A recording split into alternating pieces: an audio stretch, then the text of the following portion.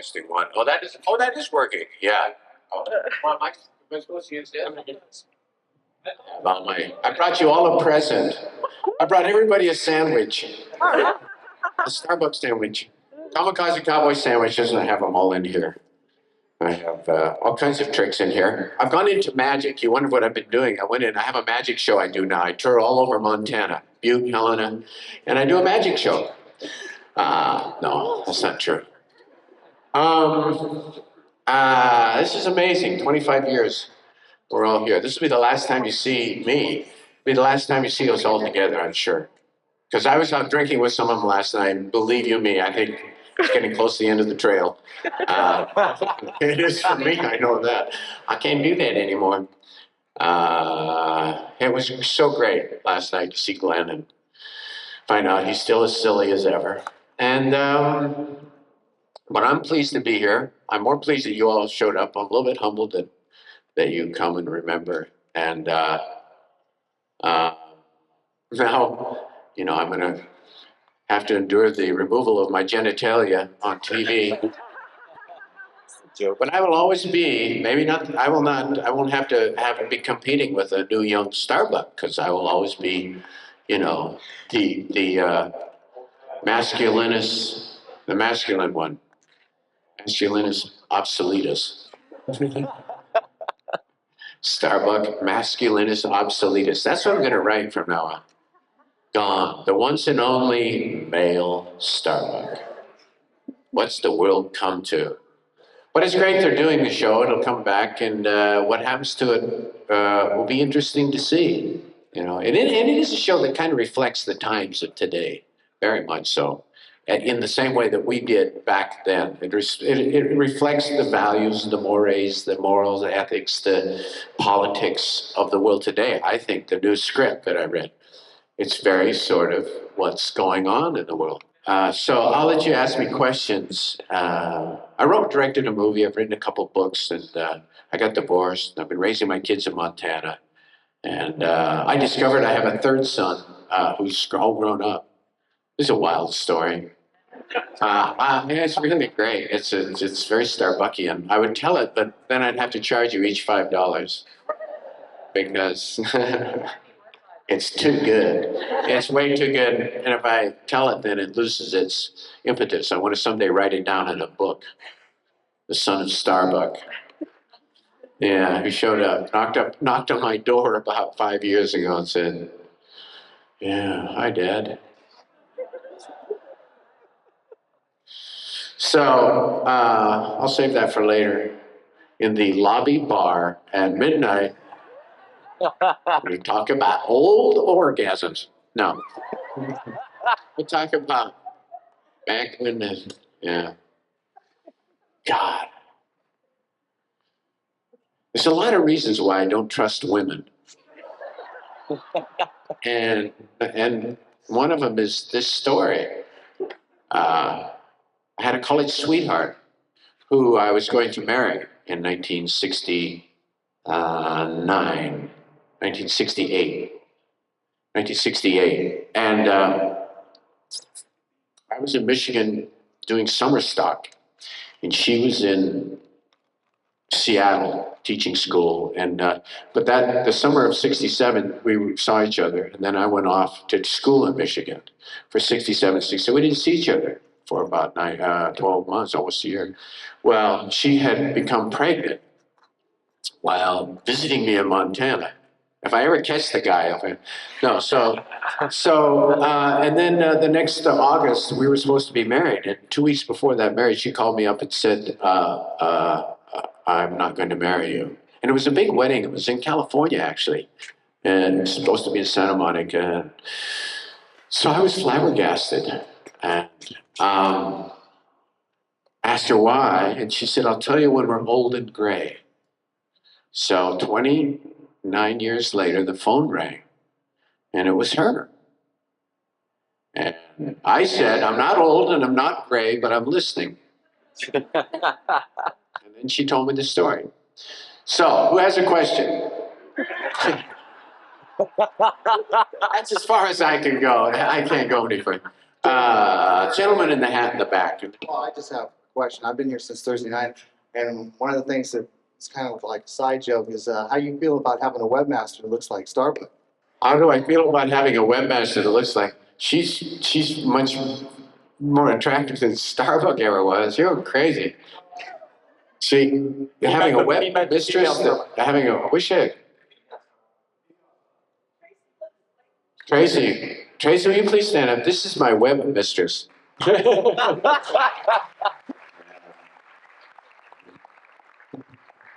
Flown in fresh daily. Yeah. Yeah. So, have anybody ever been to DirkBenedictCentral.com? That's Tracy. It's so beautiful. It's wonderful. And I don't know why she does it. I think she has just way too much time on her hands up in Canada, you know. And so, but it's great. And she doesn't look like, oh, the new Starbuck. Does she really? Does she? Does she? Oh my God. We're going to have to work on you then. We can't have that. Is that right? Well, the show will be a success then. My gosh. She's going to look that good. Maybe I'll watch. Okay, who else has a question? What's your favorite episode of Battlestar Live? I don't know. I enjoyed a lot of for different reasons, but I suppose if I had to pick one, it would be for the reason that I worked with Fred Astaire when he played my father. So that episode was and 9 Lives. Although I wasn't very good at it because I was so busy watching Fred. I saw it recently, and I didn't think it was not one of my better efforts, but he was really spectacular. He was a sneaky old guy. I don't know if he did it on purpose, but he was so humbling. He was always having me help him, you know.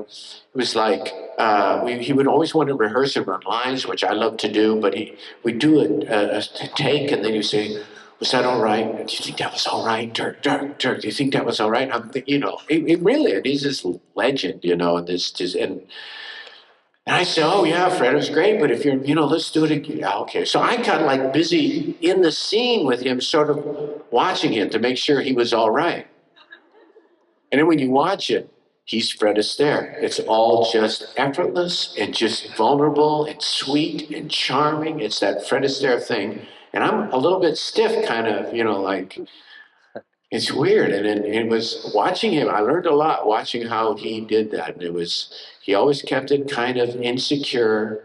He never nailed it down. He kind of flumbled and fumbled. And you thought, my God, and, you know, but when you saw it, and he got everybody helping him because he needed so much help. He was so humble. He said, oh, you know, I just don't know if I can do this. It was great. Me, I thought I had it all dialed in, and I'll help Fred. I can help Fred and still do my part, but I couldn't. So I'm a little stiff. If next time you watch and see where I'm stiff. I'm like, next question.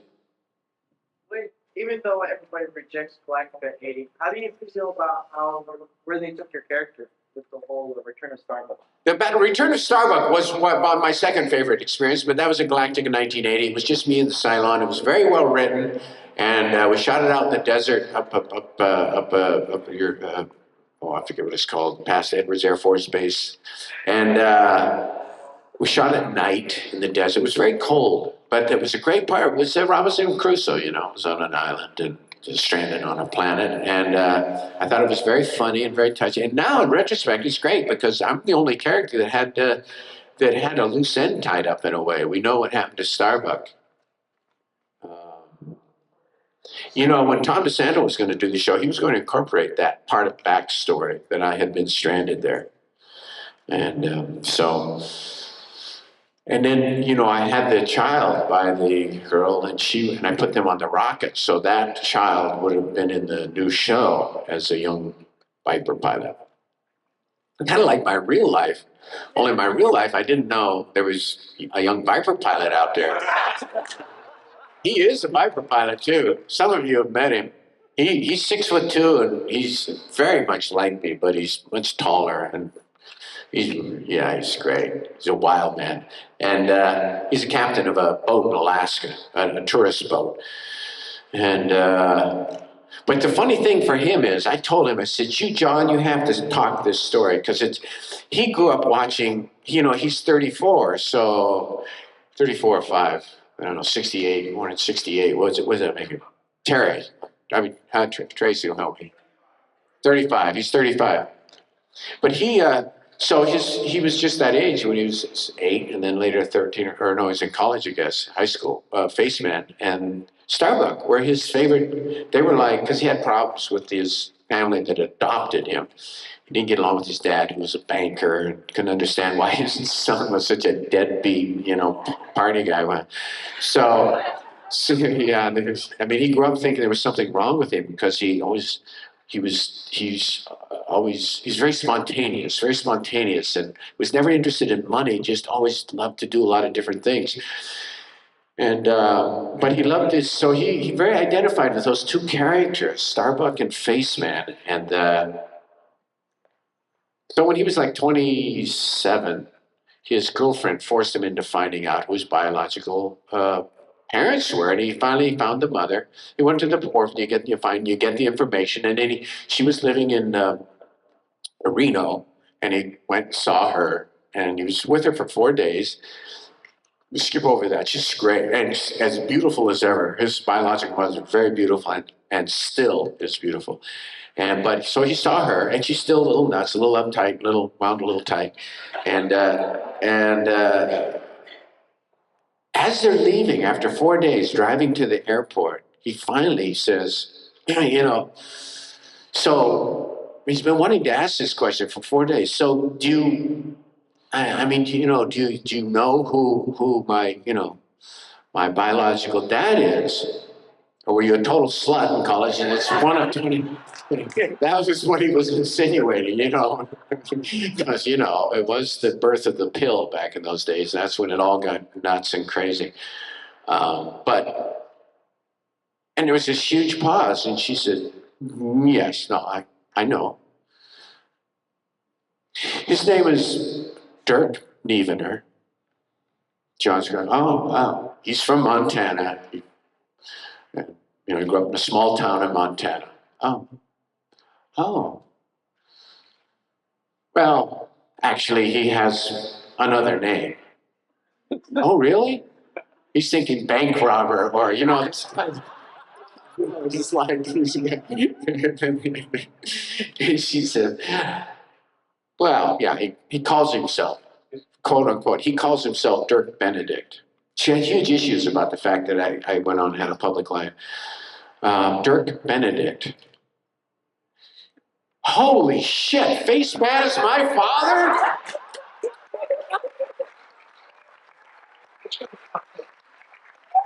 Oh shit, Starbuck is my dad? Oh God. He lost it. He lost it. He said it just blew his mind, it just blew his mind because he thought, that'd be a really cool dad. And then it's a great story. It's not true. I gotta tell you, it's not true. None of it happened. But it's pretty good, wasn't it? I just want you to no, it all happened. Oh God. Oh God. Okay. And it's been a great blessing in my life, and my other two boys are the best friends, and it's just fabulous. It's been great for him because, and this is the big lesson for me. One of the major lessons of this was A, never trust a woman. B, genetics, because he is so much like me. Eats the same food, has the same politics, loves old trucks in the woods, loves big cities, doesn't ever want to get married. He's a vagabond, loves to have a good time, but he's kind of serious. He's a very serious guy. He's always joking.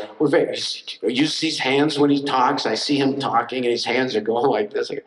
His voice is exactly like mine. On the phone, you can't tell us apart.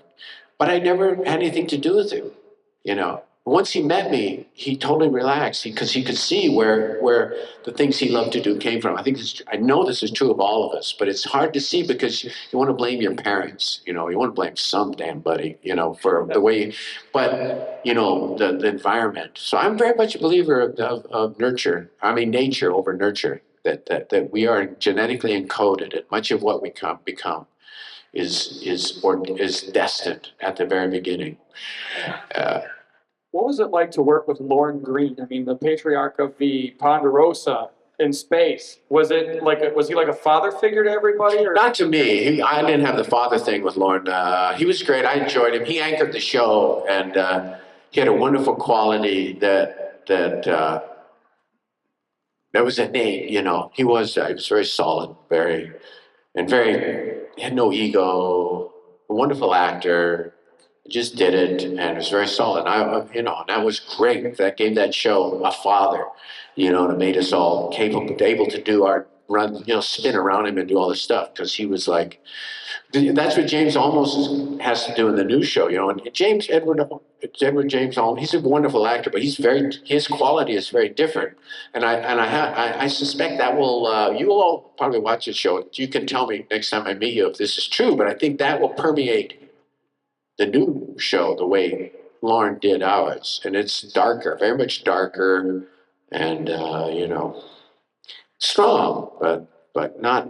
Lauren had a very wonderful. We all kind of wanted him to, he had a protective thing that kind of worked. That everything would be all right if you could just get Lauren to loan you some of his millions. He had more money than God. It was unbelievable. And he told me how he made it, so I didn't follow it. Well, I tried to follow his advice, but he was married to the same woman for 55 years. If you don't ever get divorced because it's very expensive. None. Okay. The character in Starbucks is Lady Man. Quite second nothing like that. I'm not. No. Going on at the time about some black you and Nico and A couple of the guys and I had no. I shouldn't do that. See, I encourage that. And then when Glenn Larson's around, he, is making. But no, there was no hanky panky amongst the cast. There was no. Laura and I we're very good friends, and Marin was all very professional. Which was good. I hear that about the new show, the Friends cast. That there's no, there. I think it's very difficult. As probably all know, if you work with somebody and you have any kind of romantic, it makes it difficult, no matter what happens. And I had a full calendar. I was not hurting in that department, so it was nice to go to work and be with friends. This right here. So when we have the real movie, are you going to come back with Starbucks? I don't know. Glenn would I be in Starbuck if they did the movie? No, I suppose not, because I don't know. We'd have to see. What Glenn ducked that question last night when they asked it.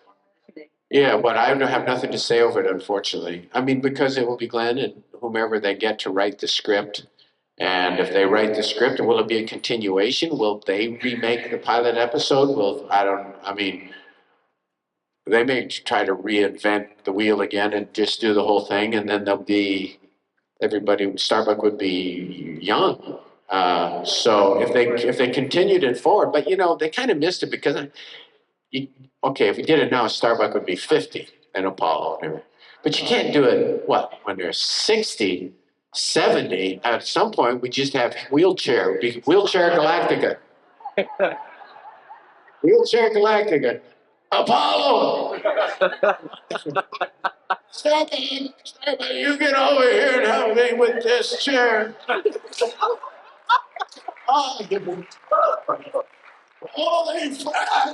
Holy frack, I can't find my Pumarella.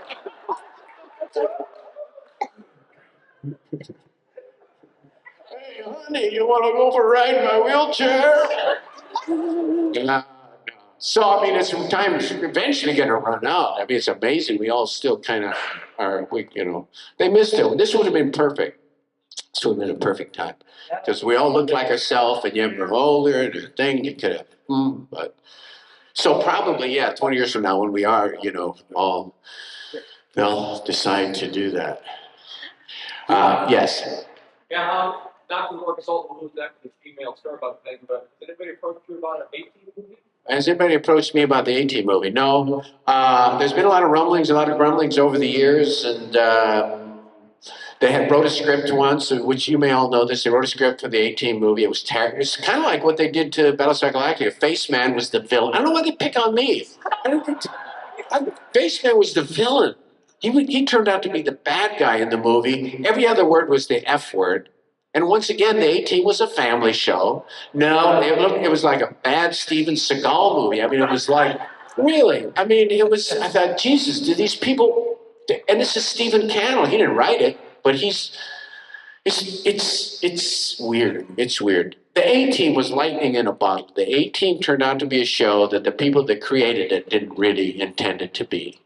So this is why they don't quite understand what it became, and they really resisted it. They kind of, and certainly Hollywood hated that show. The politics of the A-Team, it was a Ronald Reagan show, and this was a Michael Dukakis. It's a Michael Dukakis town. This is a, Ashley Wilkes town, the Wesley Clark town.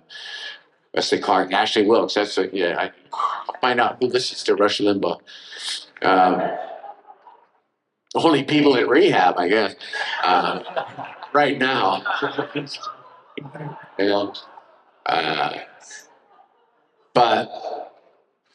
And Stephen Cannell, who did write, we did an interview a couple of years ago, and they asked him this question. It was on television, and he said, "Well, no, because those are television actors, and I need to use film stars."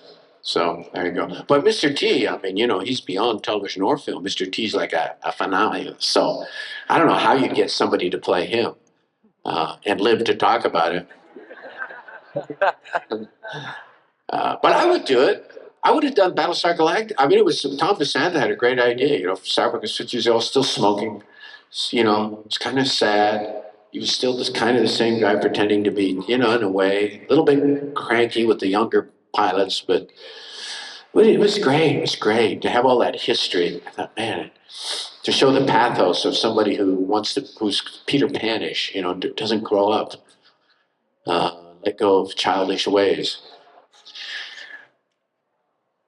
Yes, I can repeat the. Going back to the A-Team, in the opening credits, they have where the Cylon walks by you, and then you do a double take.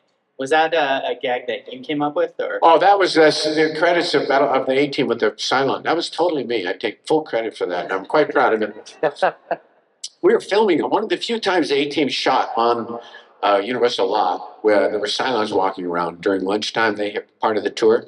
I said, when we start this next scene, Tony Mordente was directing. I said, have the Cylon walk in front of me. So they did. And I went, and it was just a gag for the producers to see back in editing, and I forgot about it. And they pulled it out and used it in the credits. So it was fun because it was great I liked it because it was a way to connect the two characters and show that, Starbuck and Faceman were pretty similar, except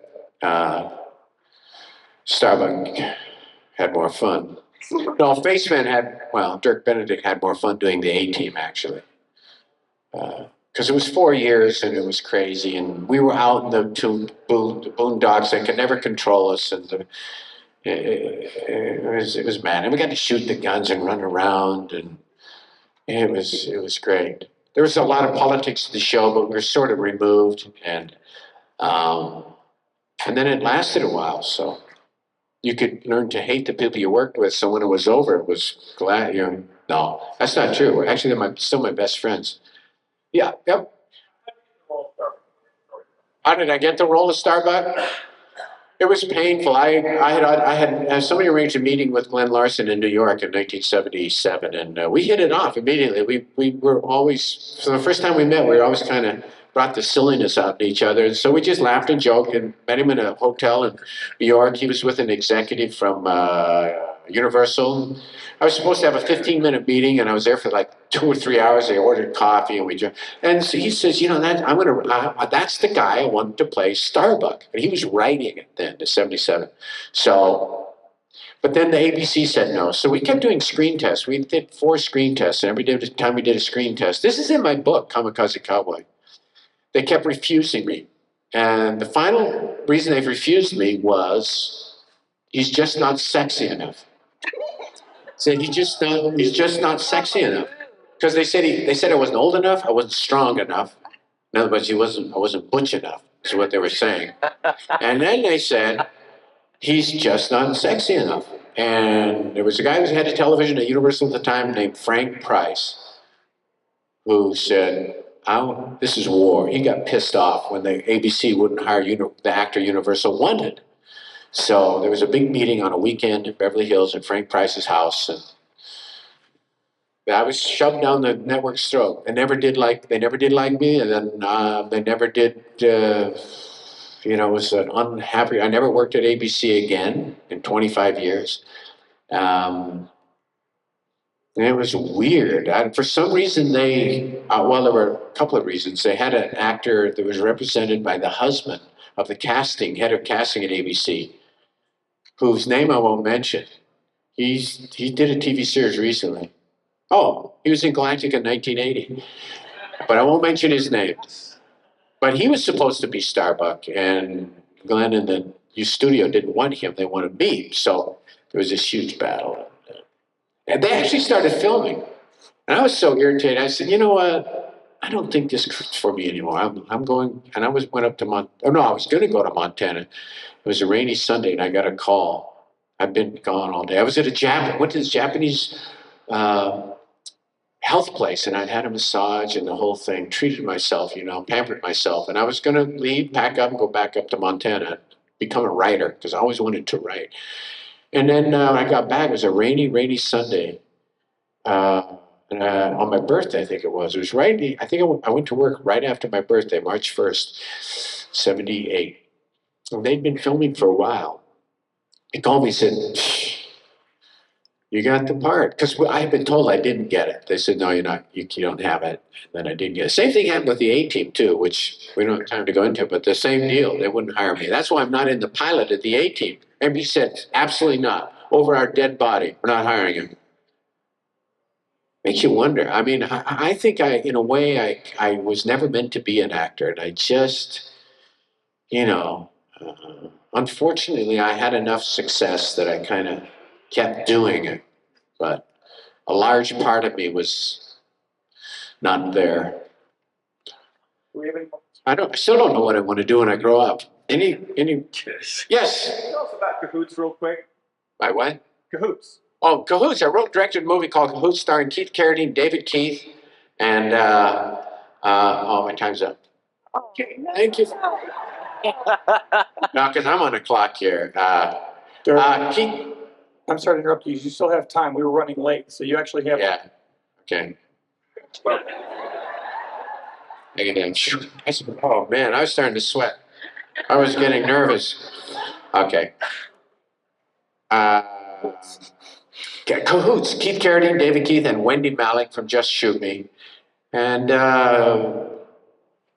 it's a long story. I wrote Cahoots in 1973 when Strother Martin took me. We bumped into George Roy Hill, directed Sting and Butch Sundance and Slaughterhouse-Five. Yeah. Waldo Pepper. So I had auditioned for George in New York, so I kind of knew him. Strother had done a ton of movies with him, including Butch and Sundance, and so we bumped into him at Universal. We were doing the Snake movie. George said, oh, Dirk, yeah. And Strother said, yeah, remember, did you ever meet Dirk? And he said, oh, Dirk, yeah. And I said, why don't you come on up to the house this Sunday? So I started going to George Roy Hill's house in Bel Air, which was actually Paul Newman's house. So then all of a sudden I'm hanging out with Paul Newman and Robert Redford. And one of these times, I'm sitting around the pool, and I said to George Roy, somebody ought to write that real story about Butch and Sundance. What's that relationship really about? These guys, they breaking the law, they live by different rules, and they never let a woman into their relationship. She's always on the periphery. In fact, they finally send her home and go off to eat bad food in Bolivia and get shot. They got to do that. Why marry, Catherine Ross and have children? And no, we got to go rob it. What is that male thing about that kind of behavior? That's the movie. Oh, that's very interesting. He thought I was so full of myself. He said, that's very interesting. Why don't you write that down and show it to me? So I wrote it down, gave it to him, got a call to go to his office, and walked in. He made everybody wait. I went ahead of everybody. I sat down. George Roy Hill just finished he just finished Walter Pepper. He'd done The Sting and then Walter Pepper. He's one of the hottest directors at the time, and I get bumped ahead of everybody who's waiting to see him. I sit down. He said, "This is the most disgusting script I ever read in my life. How could you? I thought I knew you. I had you in my home. I included you, and I was thinking of making a movie with you with Paul Newman." He says, "I have no idea where that came from." And I was never invited again to his house. I never had anything to do with him again until I was doing Battlestar Galactica about 6 years later, and I bumped into him and we sort of talked. It freaked him out. So that script freaked me out. I said, I didn't think it was it. So anyway, I put it away, and then in 1990, I got it out. I was saying, and I rewrote it. I wrote it into a script form. It took 10 years, got the money, and made it. And it done very well, but it is a disturbing movie. It's funny, but it's very dark. And it's about something. And movies today are not about anything. And it's open-ended. It doesn't tell you what it's about. It leaves it open to movies are not done that way anymore. And nowadays, we all know who the villains are 10 minutes in. Why don't we even forget the Hollywood movies? I'm talking about the art movies that go to film festivals. 10 minutes in that the husband's abusive or that the drug dealer's going to try and kill the thing. You just know. So, but the great works of literature, Hamlet is the greatest thing because people are still arguing over what it's really about. So, in life, you don't know. That's why it's art. That's what makes it interesting. And but now the movies are made according to a business formula. So audiences sit down and they know, how it's going to turn out. That's why they have to have such great special effects and shocking sex and all this stuff to keep you. It's the sugar that keeps you watching because the damn story's so boring. He's not going to die. This is going to happen. So they just got to. And with computer, the technology's greater. So it's more and more Sound and Fury, and it's all about nothing. So I made a movie that was the opposite. There's no sound and fury. It's kind of still, but it's really spooky because you go, what is going on with these two guys? What is going on between them? What are the dynamics? And so it's been hard. And so I wrote it 25 years ago. I said something. I did an interview at a film festival. I had film festivals where women would get up sobbing and leave the room. I had film festivals where women come up and want to kick my ass. This one girl came up at the house and said, "I'm going to kick your ass." She said, you're the reason I hate men. You asshole. This beautiful girl telling me she was irate about this movie. And Keith Carradine's standing behind me, hiding behind me, actually. I said, he acted in it. I didn't mean it to be like that, but the actor did that. He ruined it. And when she left, Keith just grinned. He said, "Was that great? Isn't that great? Isn't that great? You made a movie that's so disturbing that affected somebody." I said, "Yeah, well, it's easy for you to say. She's not, looking to break down your door and give you." But it's true. So it was just sold to Showtime. So Showtime is going to show it, and I'm curious to see what happens. It's a big shock to people who know me from A-Team and Battlestar Galactica because it's not a family movie, really. Well, it's a family of man. I'm not done yet. It's a family. No, who's next? No, I got 10 minutes, right? 12-1. Yeah.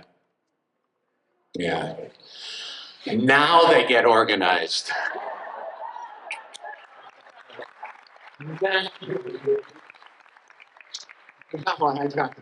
I just,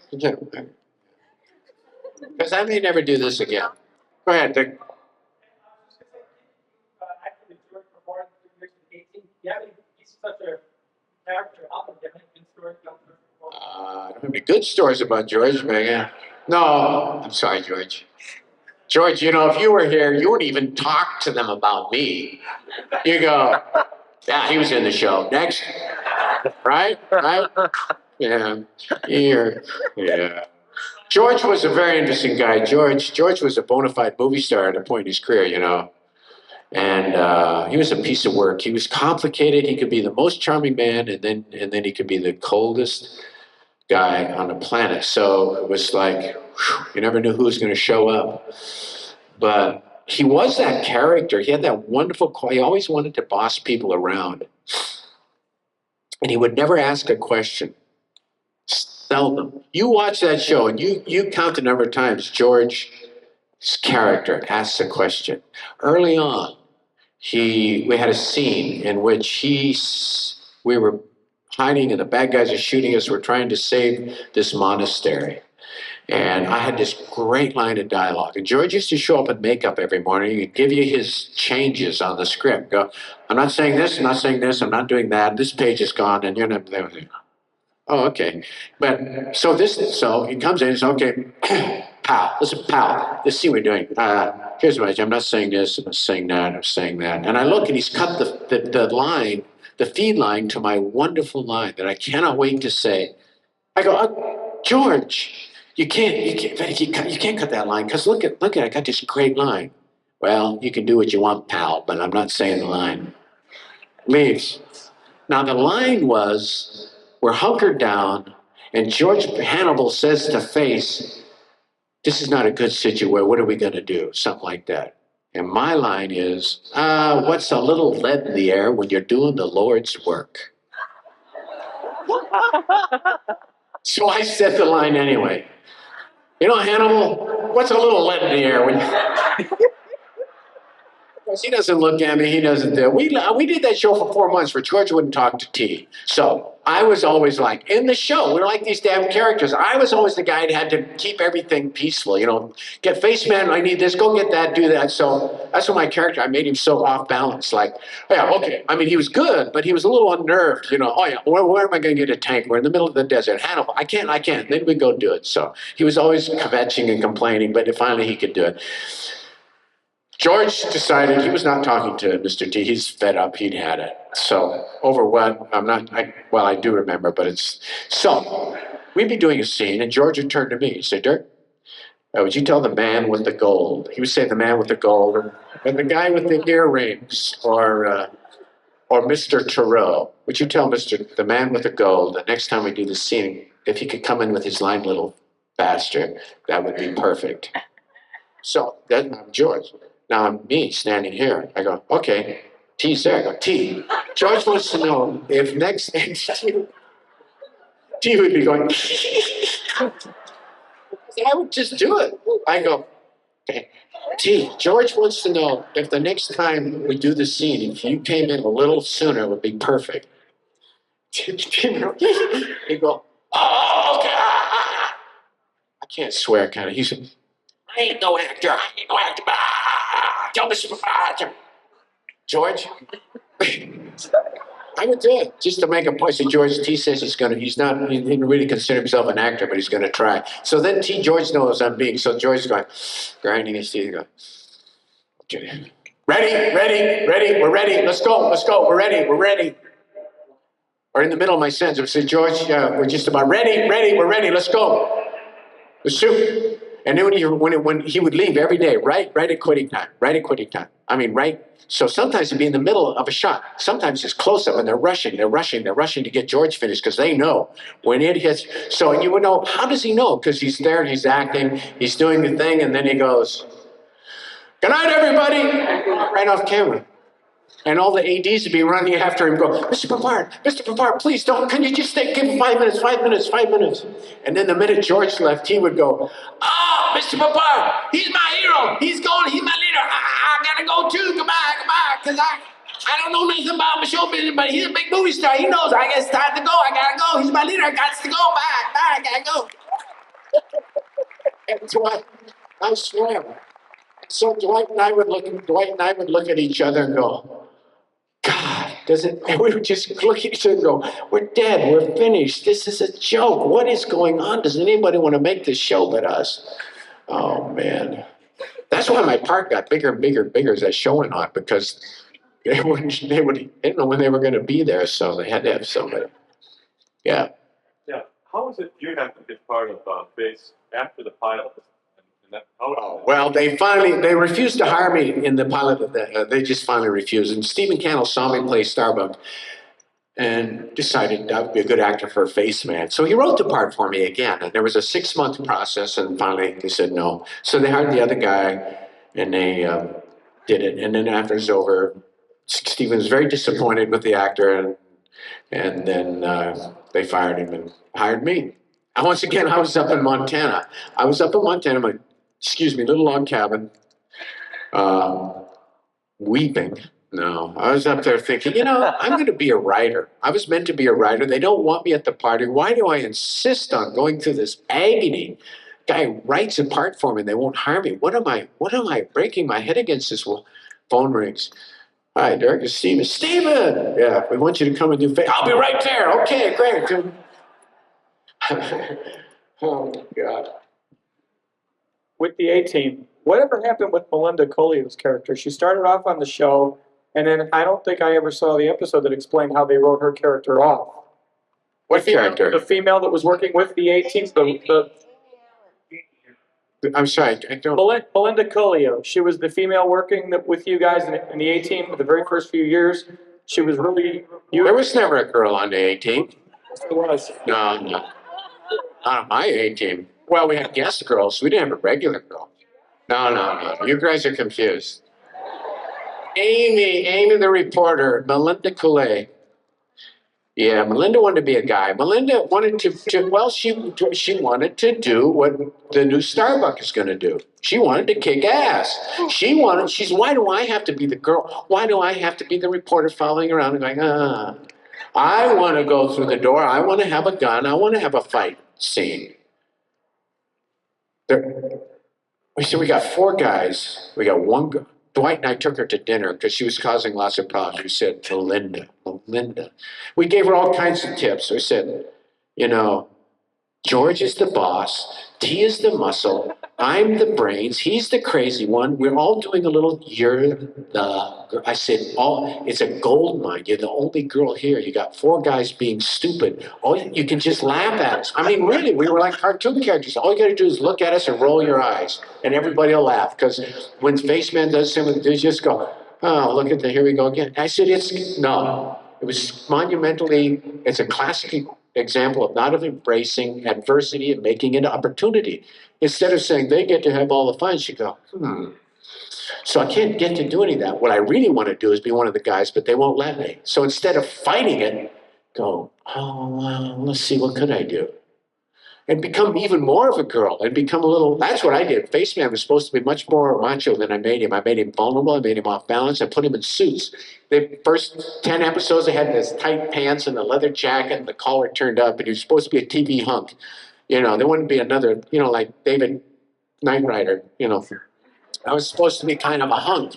I hated that. So when I fought, and I got the wardrobe, and they had the tie and the suits, and I made him a little fastidious. I didn't want to get dirty, and he was always like primping a little bit. And he would, with the girls, he really thought he was pretty, but then he would kind of stumble a little bit. He was always I wanted to be always off balance and a little bit overwhelmed.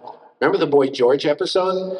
Totally out of his depth, doesn't have a damn clue, just floundering, drowning, But I did that because George was doing the other things. George was the macho guy who could do everything.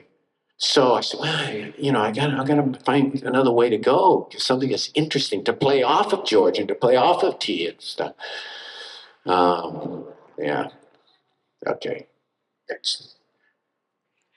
What would you say was Starbucks' biggest flaw? Starbucks' biggest flaw? Well, it was ladies. His flaw was ladies. He loved the ladies a little too much. He was vulnerable to that. He gambled and he smoked and he drank, but he would never let gambling interfere. But he did get into a lot of trouble and he was not monogamous either. So, except for like 10 or 15 minutes at a time. There was that great episode where I had a girl in each room. It was, that was fun. One more question, and then Keep in touch with anybody from the A-Team? I keep in touch with people from the A-Team, I do. Well, I owe him a ton of money. I owe Mr. T so damn much money. Every time he calls, I got to go, okay, I'll get it to you, T. Times are tough. I'm up here. I'm in Montana. I told you I got the 2 kids. It's a little hard. Yeah, well, I I'm tired of his face. Tired of his problems. Yeah, I got overhead. He does call me face a lot when I talk to T. It's kind of cute. And when we're talking, he says Dirk, and then you can tell he's not comfortable with Dirk. Well, black guys don't know a lot of Dirks, a lot of Dirks in the hood. So, but he calls me face, face. So yes, and Dwight and I talk every week. So we became very close. And then T had the cancer thing, and I had been through the cancer, so we shared that it's like being in Vietnam together. You don't forget it. Yeah, face that cancer ain't for wimps. Oh man, he said that cancer ain't for wimps. I said, no, it's not. Yeah, God bless you, brother. Okay, it's good to be here, and I'm going to be around for a while, so try and leave me alone because this is our moment, and now I just want to be left alone.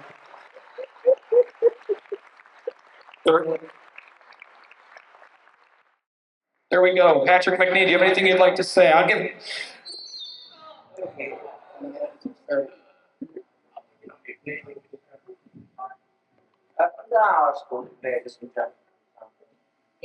Could I ask you, how old are you?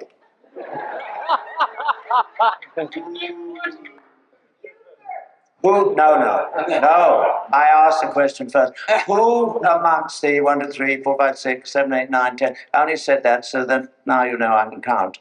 I had quite a bad thing in my head and not enough blood got to my brain, so I'm a bit silly. Anyway, I'll go on to say that I'm just interested in who at a glance is the oldest person in that group. What's your age? Let's talk about it later. No, don't let's talk about it. I'm 81. Can you imagine?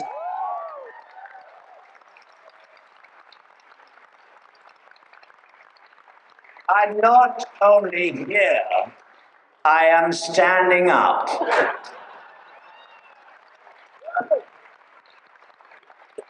Richard is actually 83 and still thinks he has black hair. You're 81 and I'm not. I'm getting there. Richard, are you out of the bathroom yet? Richard. Catch.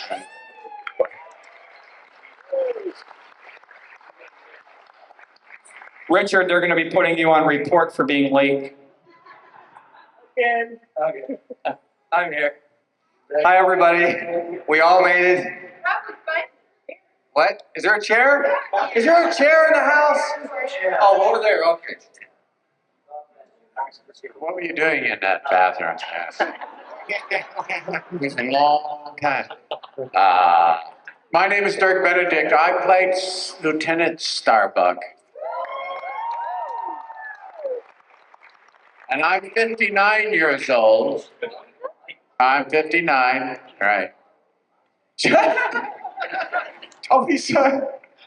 You thought I was a kid when we were doing that show. I was so damn naive. I used to run into your motorhome and say, what do I do now? What do I do now? I have to know all these words and what? Look a lot younger. Yeah. Well, it's that Montana hair. Yeah. It's the sheep. Herbert Jefferson Jr., born Sandersville, Georgia, USA, not to be confused with the Georgia of the former Soviet Union. September 28, 1946, I just turned 57 years of old age. Thank you very much.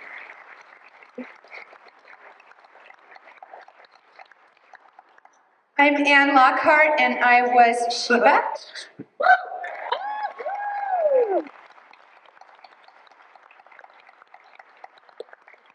My birthday is September the 6th, and just 5 weeks ago, I turned 50. And September the 6th, 1953, and I too am actually legally a resident of Montana, but we don't have any sheep. The air's nice. Hi, I'm Lorette Spang, and I play Cassiopeia.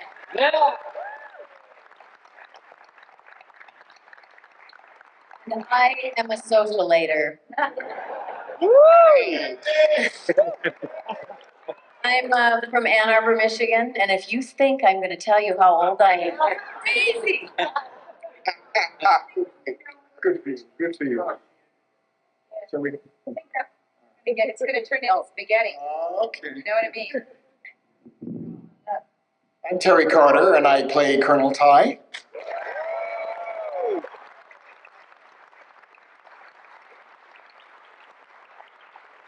You notice I put that in the present tense. I don't know what that means. I guess I should have said I played, or I hope to say I will play again. Yeah.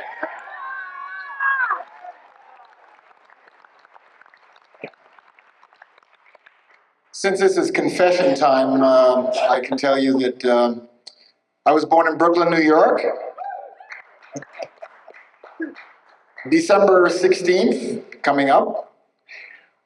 This is a secret, so I hope you'll keep it for me. I'll be 75 years old.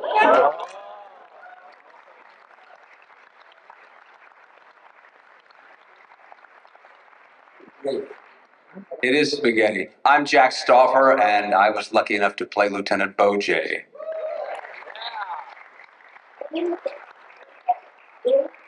Huh?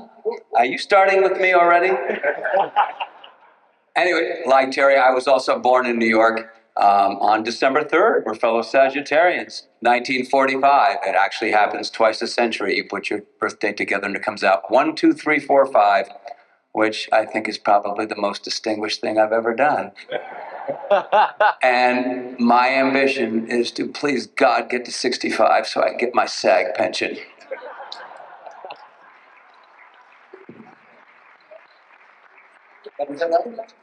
Hello out there. This is John Doulahan. It is Doulahan, actually. Irish name. My age is inconsequential. But I will say that if they're really going to do this show again, I've reached the point where I can play the commander.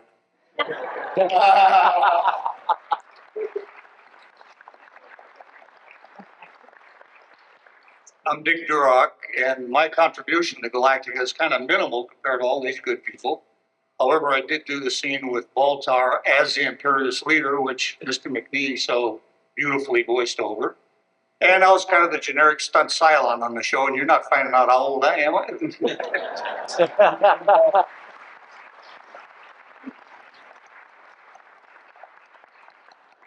I'm Ron Kelly. I played Reese, the black shirt security.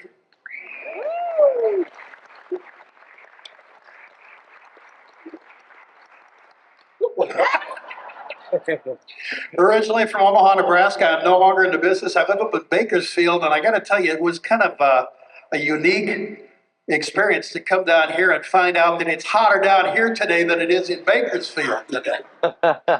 And I'm just a few months shy of 60.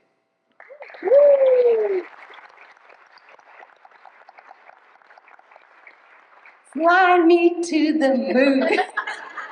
Do that. I'm Sarah Rush, and I played Flight Corporal Regal. And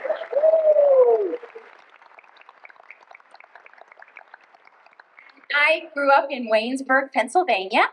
Wow. Let's see. And my most exciting news is that we've just adopted a baby, and that's why I'm not writing in my signatures as if anybody really wants one, but because I need to hold the baby. But anyway, great to see you all. God bless you.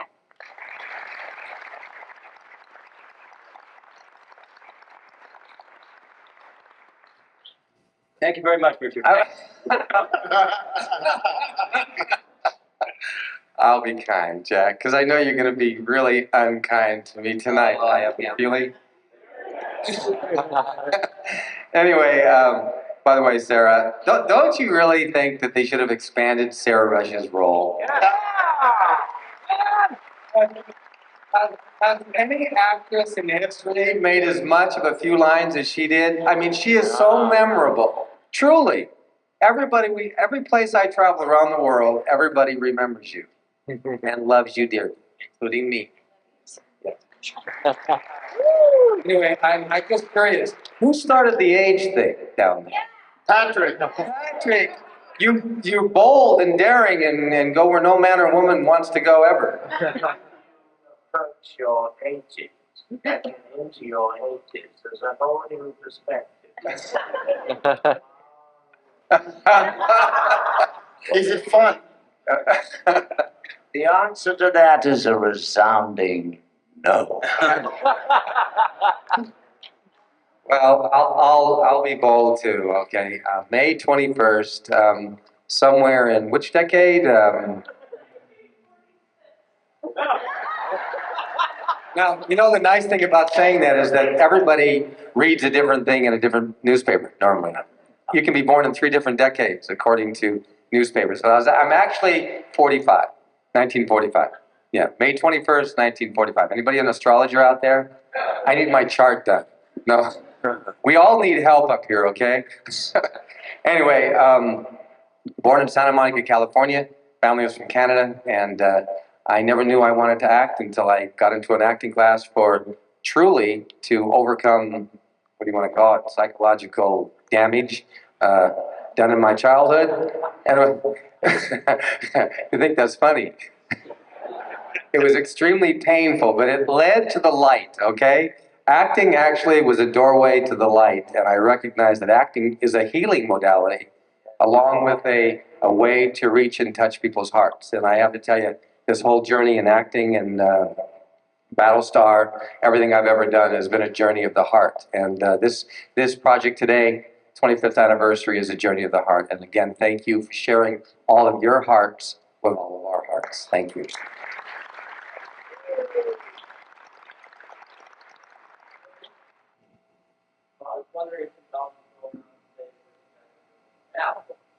What are we doing now?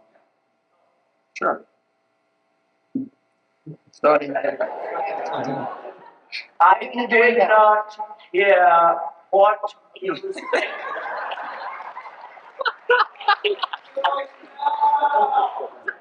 What are you doing now, Patrick? What are you doing now, Patrick? I'm now sitting here.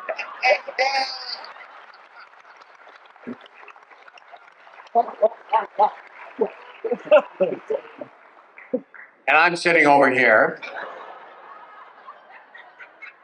Actually, I can answer for everybody. And then he's sitting there. And we're all sitting, waiting.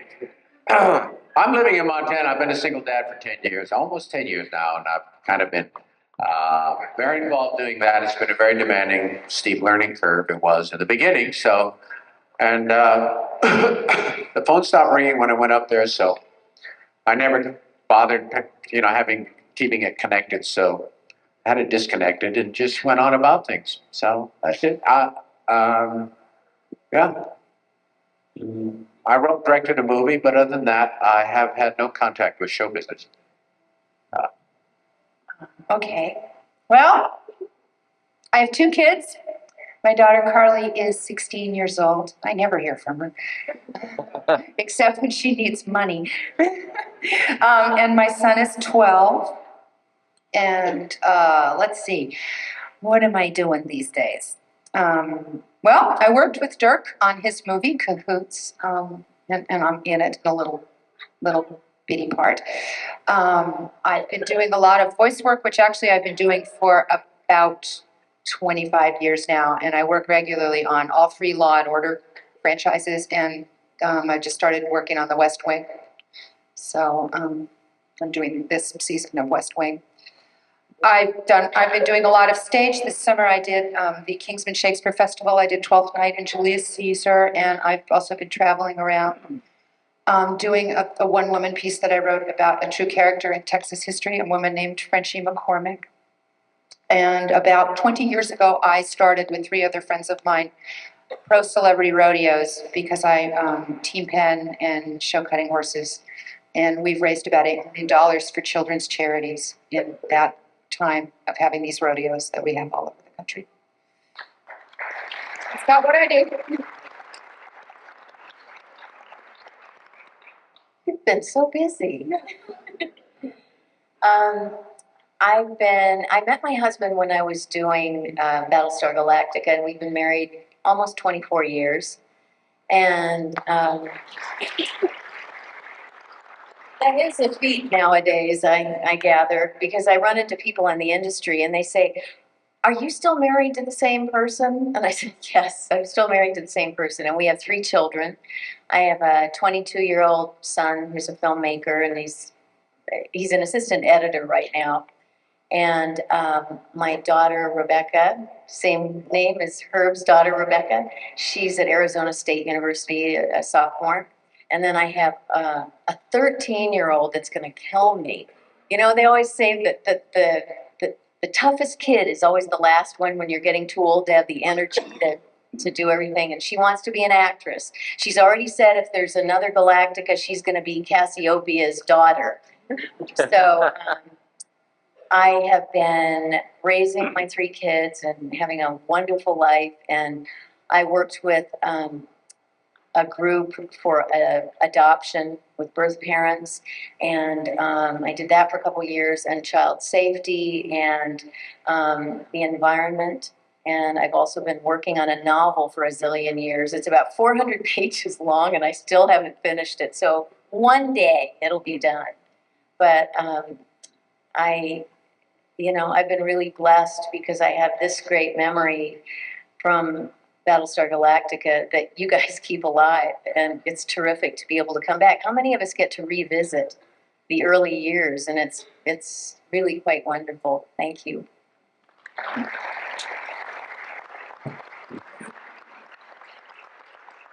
Well, since Battlestar Galactica, I became a kind of, I wouldn't call it full-time, but somewhat full-time producer-director of documentary films. I did a documentary and dramatic films. I did a dramatic mini-series for PBS, which won a Los Angeles Emmy, and I did a 2-hour program on Duke Ellington that was nominated for an Emmy. You might have seen him on American Masters. And my wife is an editor, which is how we met, since we're both filmmakers, and we spent a great deal of time, I guess you could say, in midair between the United States and Europe, because we're going back and forth. I was just in Brazil 2 weeks ago, and I'm going to the Caribbean week after next, and either we're doing research or we're shooting. But I don't mean to impress you with how busy we are, because a great deal of time is spent in between. There's one project we're working on that we've been working on for about 10 years for PBS, a 90-minute documentary on the life of a great choreographer, African-American choreographer named Katherine Dunham. We're also doing another project on Katherine Dunham for the Library of Congress. We were just about finished with that project. So we've been kind of busy with that sort of thing. You know, the terrible thing about being an actor is that you spend a great deal of time waiting for the telephone to ring. Of course, I'm not talking about the people up at this table. They are all busy and successful. But I'm talking about people like me, even though I've been in this business for over 50 years. I did my first television show in 1952. My first Broadway show in 1954, etc. It'll take me a while to tell you about all that stuff, but I found that even when I was busy and when I was somewhat successful, there was a lot of downtime, and I really didn't appreciate that, and that's one of the reasons that I wanted to become a producer-director, so that I could kind of shape my own destiny and make my life useful in other ways. Richard and Dirk certainly have done it in other ways. They're writing books and they're doing tours and they're doing a lot of things that I admire. But I chose this way. I'm working on a book, and I'm not as disciplined about it as Dirk or Richard, for that matter. So one of these days I'll be finished with this book. But in the meantime, we're doing these documentaries and we're enjoying it. We're traveling a great deal and meeting some wonderful people. But I got to tell you, in the 50-odd years that I've been in this business, this experience, because of all of you, with Battlestar Galactica is a unique experience. It's unlike anything that I've ever known. And it's really unlike anything that most actors ever get to know. Particularly when you work in film and television, you don't have a great deal of contact with the people who admire you or support you or respect you. And this to be able to come to something like this and to meet all of you and feel this warmth and just know that what we've been doing wasn't for naught, it's a great experience. So, you know, I was here for the 15th and for the 20th, and this is the 25th, and I hope that Richard pulls together a 30th anniversary. He can count on me. I'll be there.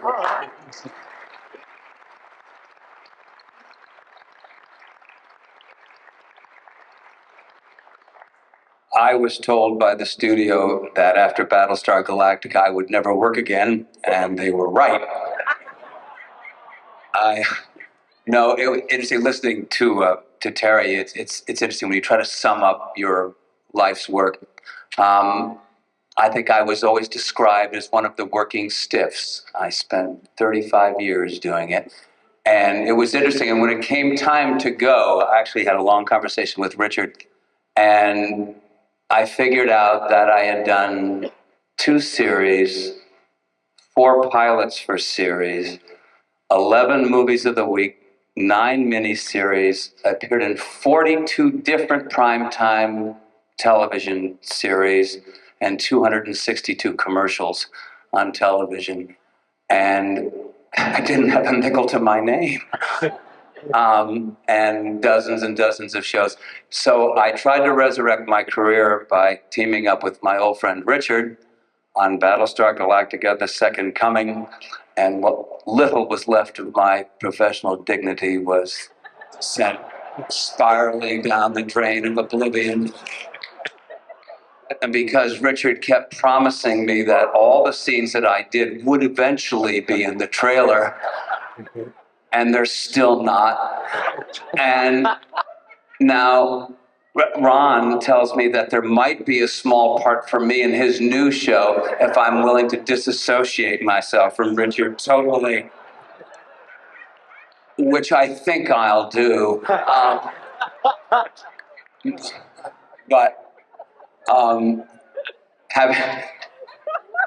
Having said all of that, in 2000, I mean, we've had a wonderful run. Richard and I went a lot of places together with the trailer.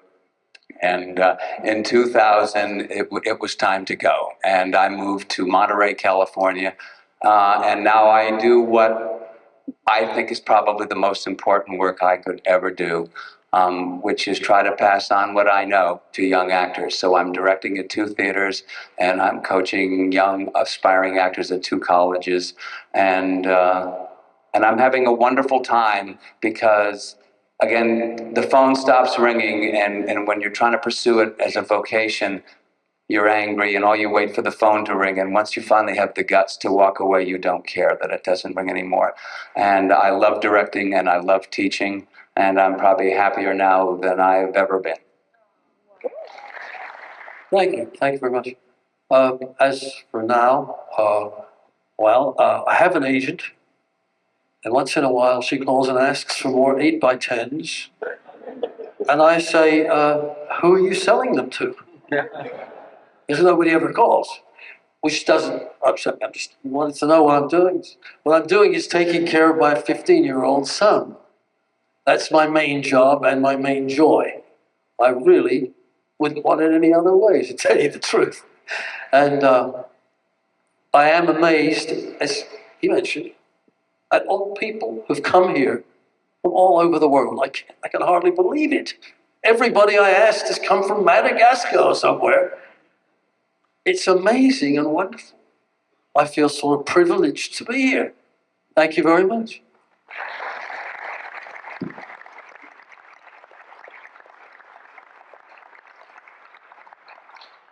Well, I'm very happily retired after 37 years, of a great run, and over 700 film and television credits. I'm just content to enjoy the afterglow of the whole thing and travel about the country meeting folks like yourself and enjoying it. So that's about it. I'm a happy camper.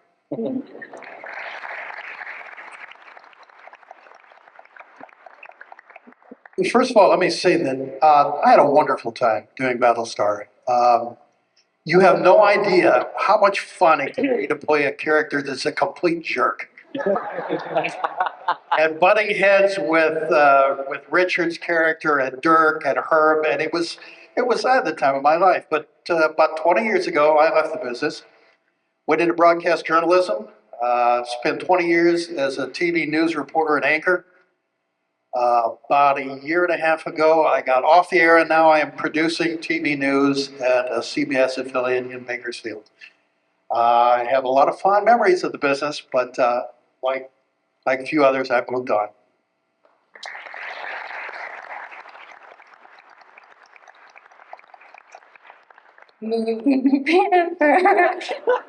Sorry.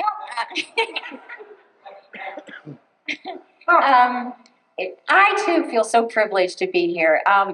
You guys have no idea what a gift it is to us. Just the fact that you have kept this show alive. Better answer it. It's your agent. Never to call me here. Is that what you just Oh my God. Oh. Yeah. And anyway, it's just. I can't talk live. No, you can talk.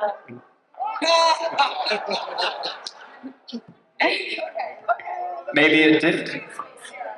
You go right ahead. 300 people here who want to know what you're calling. Right up to the phone so you can say hi to everybody, honey. Go ahead.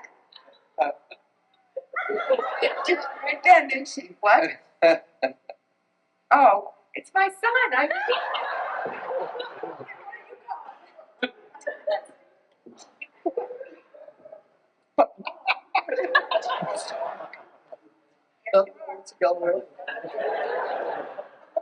Okay.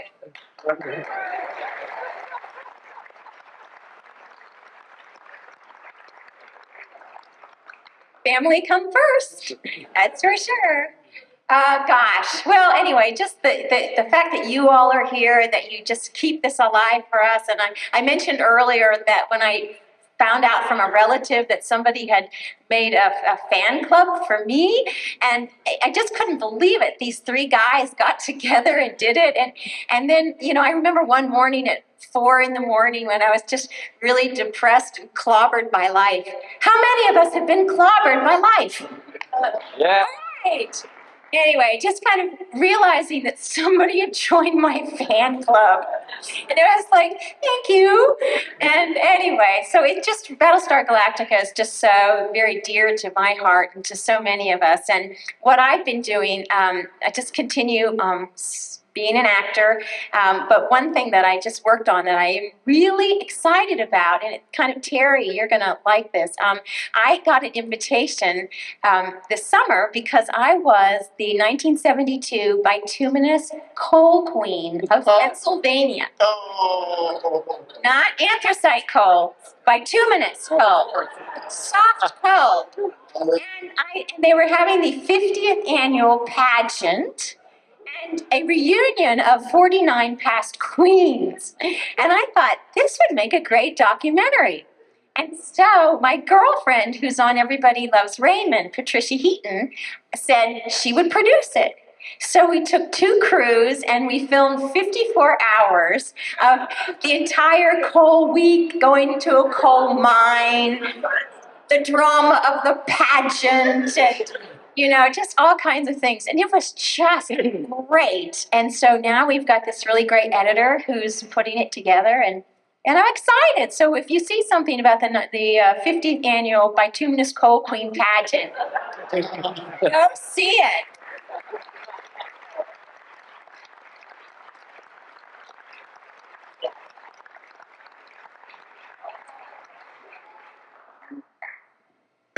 Sarah. Coal. No, really. It just goes to show you, the doorway can be anywhere, right in front of you, right behind you, maybe right below you. I don't know. But in any case, I've been working a lot on myself. I think people always think actors are neurotic, and maybe we are, but I think we're just human beings who are put into the most insecure situation imaginable, which brings up every issue imaginable, and then you have to deal with it. You can't just push it down there and pretend it doesn't exist. So actors are always in some form of therapy or working on themselves. But I find, like I said before, that for me, this journey has been more than just being famous or making lots of money, because I had no clue that I could ever be known by anybody. I mean, I did not look at television and go, oh, I want to be an actor. I want to be famous. I want to make lots of money. And there's nothing wrong with that. I basically was going, wow, I could never do that. I could never be up in front of people. I could never act. I could never do any of those things. And I used to think of those actors and performers and singers as the magical people, the blessed people. They seem to somehow be tuned into something that maybe many of us have either forgotten or detached from. And I wanted to have some of that magic in my life. And it kind of led me on a journey slowly to an acting class that had a sign over it that said, no acting, please.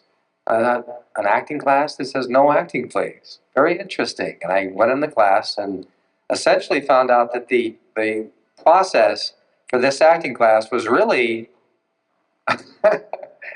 Is that yours, Annie, again? You're a busy bee. I know you are.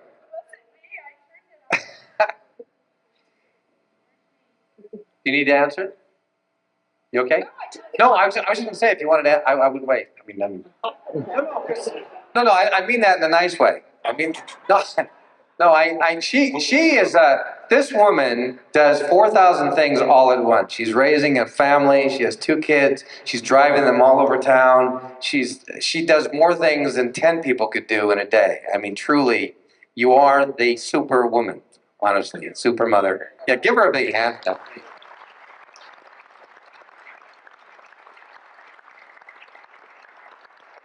Well, enough of you, back to me. Okay. Anyway, this no acting please thing, and I'm going to make this short because I know they're all yawning over here, because when I open my mouth, I just can't shut up, so I'm going to do my best, I promise. The class was really just a way for me out of a big hole that I was living in, and it kind of gave me a portal into another way of living, and I just found the acting process extraordinary. I mean, it was like touching God to me. And honestly, it was never about going for a career. I just love going to class, love doing the exercises, love learning about myself, learning about life. And when somebody mentioned that, hey, you should, go for an audition, I go, what do you mean? Audition me? And they said, yeah, there's auditions and there's parts and stuff like that. And I never associated the two. They were all there for a career. I was there to get help. And and so I got a lot of help until I got to the point where I started to enjoy the process of acting. And it slowly led me to New York, starting doing plays, led me to this gentleman over here, Jack Stauffer. And we went on All My Children for 3 years, and that was the turning point in my life, because finally I could take my parents to the bank and pay them back every cent I ever borrowed from them. And you don't know what a joy it is to pay your parents back, because when you want to be an actor, everybody looks at you and thinks you're nuts. Nobody takes you seriously until you make money, until you're on television. And so you're not validated by anybody in the family. You hate going back to Christmas. You hate sitting, it's horrible, because everybody goes, well, what are you doing? Oh, I'm moving up the corporate ladder. What are you doing? I'm an attorney. What are you doing? I'm a doctor. What are you doing, Richard? I'm an actor. What are you on? Until you're on a show, you're nobody. And so when I finally got All My Children, it was such a validation, because for the first time my parents looked at me and I was somebody. They took me seriously. And I took them to the bank, paid them off, took them out to dinner, had the best time of my life. And that was the turning point where I actually began to realize that maybe I could actually be an actor in this business. And it led me from one show to the next to to Dead Man's Curve, to Streets of San Francisco, to Battlestar Galactica. And again, the journey has been more than an actor. I think no matter what, it's been a journey of my soul. It's been an acid test of my spirit. And it has taught me more about life, about human beings, about compassion, because we all have to step into other people's lives and look through their eyes and gain a compassion and understanding and forgiveness for what we all go through. So acting has given me a lot. And it almost doesn't even matter where it goes. For me, the journey and the process is so much more important than the end result. So thank you. Actually, I have two questions for Patrick. One, if you could answer for John Steed, who is John Steed's favorite partner? Kathy Gale, Emma Peel, or Tara King? What about them? They're not real people, you know. But on the other hand, Dame Diana Rigg, on a black looks awesome. And arguably the best of the whole lot. Certainly my favorite, Joanna Lumley. I love them all.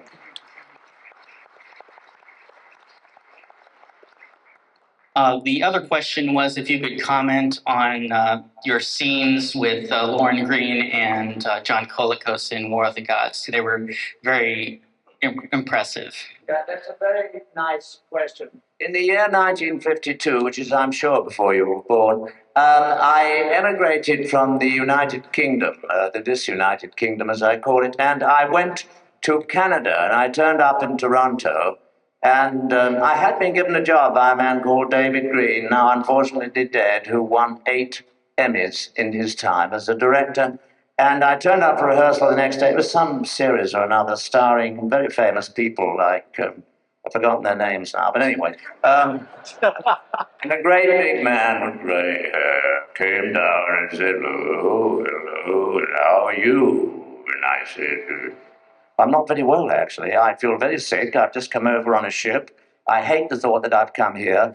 And I then went on to say, and get this one, because it's a real killer, I hate the colonies. Do you realize the significance of that statement? To come from England and call anything in the Western Hemisphere the colonies? Then the next phrase was, oh, to be in England now that England's here.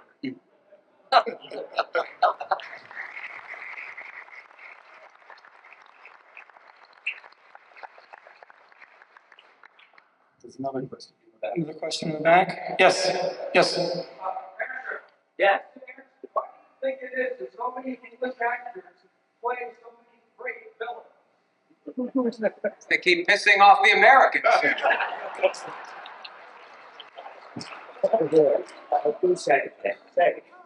Because they keep pissing off the Americans.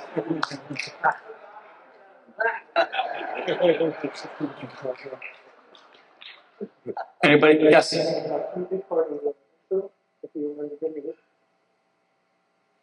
Patrick? Yes. Over here, you've been asked, if you can remember any of the Battlestar Galactica introduction or narration that you did for the voiceover. One of the people would like to hear it from you now. Well, I think they couldn't get anyone else, and they asked me because I had an English accent or something like that. And I did 7 of them, and eventually Glenn Larson, God bless his soul, and I love him dearly, said, we can't use you anymore. You're awful. I said, well, why did you have me on for so long? Because we couldn't get anybody else. Seems all of you up there have children now, and most of us probably were impressed with the show when we were kids. So I want to know from all of you, are your children impressed with Battlestar Galactica and the work you did, or do they think it's just something really silly and hokey like, disco, leisure suits?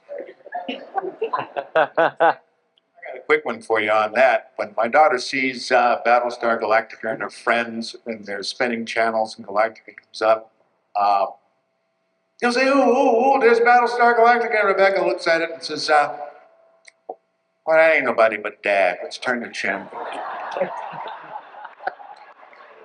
Is there anything else on?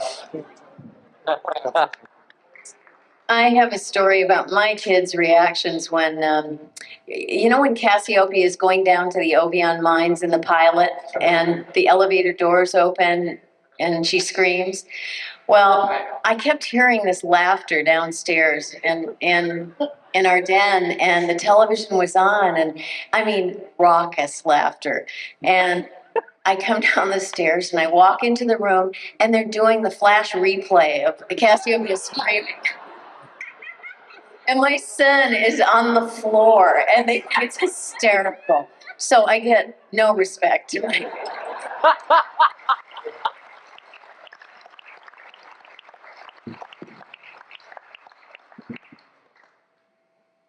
I think with the children too, a lot of it will come to that if it's on, my daughter will turn it on because my daughter should have been my agent my whole life. But she will bring her friends over, and the really sad thing, they look at it and they go, "Man, your dad's gotten real old."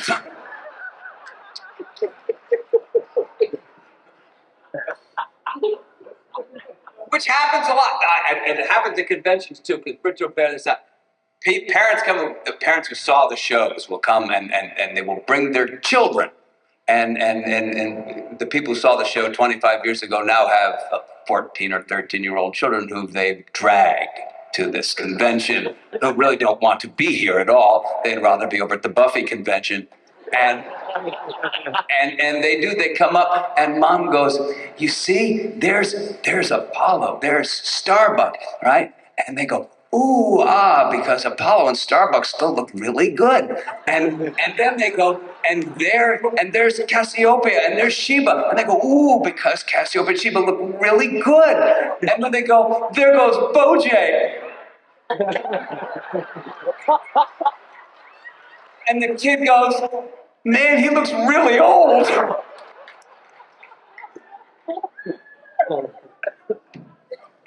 My son used to be kind of a champion of me and tell his friends my dad was on Barney Miller and all these things. And when I first did this show also, and he saw those, he thought, "It's great, you know." But this week, you see, he's become blasé now. Because this week I said, "Do you want to come over to City Walk? And at midnight, they're going to show Battlestar Galactica in the IMAX. It's huge, you'll love it." And he said, "Yeah, I've seen it, Dad." I think my kids were pretty impressed that I happened to be on the show. They came down to visit the set one day, and the thing that impressed them the most was the fact that Richard came over and brought them candy. That was Captain Apollo came over and brought him candy. He's still doing that. Yeah, he's still doing that. But that's kind of disturbing. It's a candy, little girl. Now I had done the stunt show at the Universal Tour for 15 years before I got out of the business. And my youngest, I don't know if Richard remembers this or not, but when the kids came down, my youngest was about 5. And Richard said, "Do you know who I am?" Jeremy said, "Uh-huh." He says, "I fly that Viper." He says, "Yeah." He says, I'm Captain Apollo." He says, "Uh-huh, yeah. But my dad's a stuntman."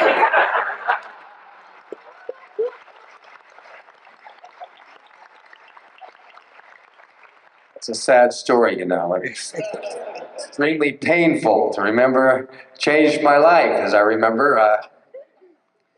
You talk about that. You're old. Yeah. The horrible thing about TV is that it remembers you as you were, and so most shows go on and on, especially sci-fi shows, and it's great. But it can be 20 years later, and somebody is all of a sudden just rediscovering you in syndication. And so all you're seeing is that actor the way they look now. So you have this imprinted in your memory, and then when all of a sudden they come to a convention, or you happen to come up to a phone booth or a movie theater or rent a car and you put your thing. What?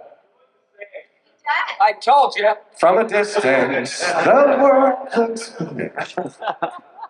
Everything looks good from a distance, I promise you. But they look at your license, and it's really horrible because people, they don't mean to be, like that, but they don't realize how it's horror, to an actor. And they look down, they look at you, look down, look at you, look down, look at you, and it's like, oh, yeah, there you go. And this young girl was looking at me for like 5 minutes, up, down, up, down. And finally, I just signed it, started to walk away, and all I could hear her saying was, "But you're so old." So old, and she repeated it over. I swear to God, all the way to, you know what it was? She couldn't believe. You see, she couldn't in her mind. Anyway, my son's here. Paul, stand up. Come on, stand up. No, wait, stay up. Wait. I don't have a story. I don't have a story for this, so just really quick. Is there a phone back? Is there a mic back there? Can you say anything about what you thought?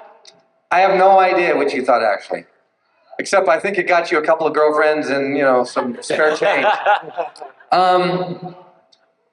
No, I love the show. When you first told me about it, before you were going to do it or decided you were going to do it, I was excited because I was a big fan of Star Wars and everything. And then you said you're going to do this show, and it took place in space and everything. So as far as I knew at the time, and I was completely excited about you doing it. And then when it was on, I was in boarding school at the time. I watched it, every week. And I loved it. That's the first time you ever said that to me. Thank you. I know, honestly, thank you. Yes. I'd like to hear a little bit about you guys' relationships that you have, your on-set relationships at the time, and any relationships that you have. I don't think No, you don't. We never spoke to each other. I have a real quick question. I'm curious, and I ask this of all of you. This may be the first time we ever shared this information. Anybody have a crush on anybody on this show? I mean this because I'm just curious, because I had several crushes, three, four crushes. Don't look at me like that. But Terry, did you have a crush on any of these girls, Terry? We had the most beautiful women, I think, in the history of television. I still have a crush. Didn't we? I still have a crush on these girls. What are you talking about? I guess no one's going to answer this question. Okay, moving on. A huge crush on Richard. Did you? And yes, I told you that. And Richard gave all of us girls back rubs. Neck rubs. Woo! Richard is still doing that. And I thought Dirk was really cute too, but I was kind of nervous around Dirk. Because he was sexy. Woo! What about me? Mr. Richard, Dirk still is sexy. Have you guys, the ones that have been by my table, seen the new picture I brought out? Richard hasn't seen it yet, but it's the one, yeah, some of you have gotten it. But Richard giving me a back rub. My dad took that picture. Yeah, I saw that. The first time I've seen that picture. Yeah, you're right. It was great. We looked so good together, didn't we? We looked really good. Yeah, I know. Yeah, well, I had a...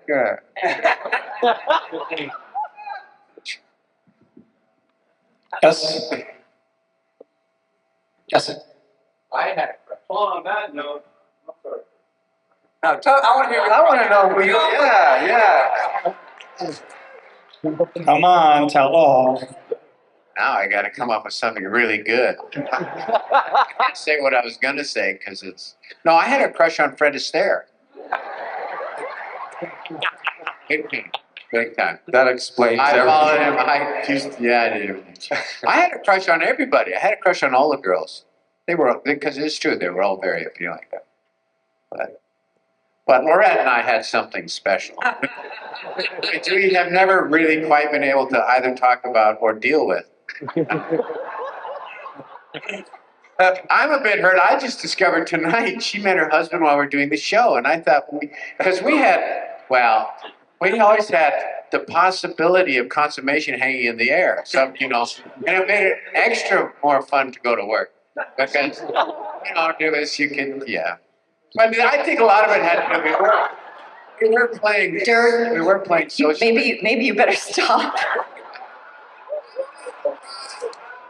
Well, yeah, no, that reminds me of what you said 25 years ago.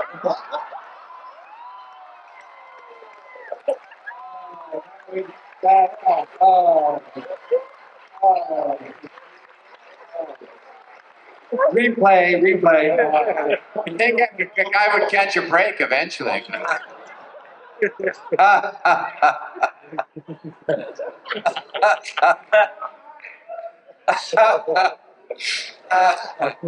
Your question?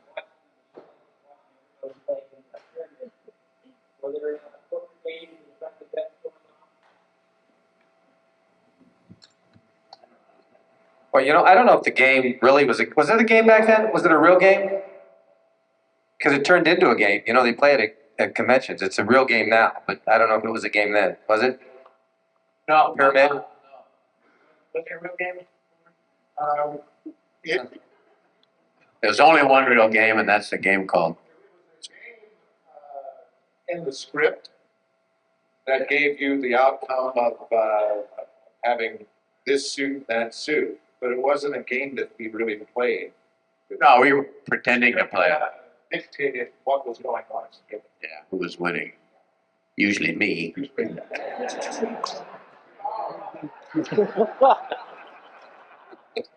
But it was fun. I used to try and create a pyramid. We were sitting there with the shot and the car and the things. I was trying to figure out to make some sense of it for, just from an acting standpoint. I was a miserable failure. It was always just, I couldn't figure out some sort of logic so it would make sense to me just as so I just would go, I'd look at it like I knew what I was doing. Same way I played those love scenes, right, Lorraine? Yeah.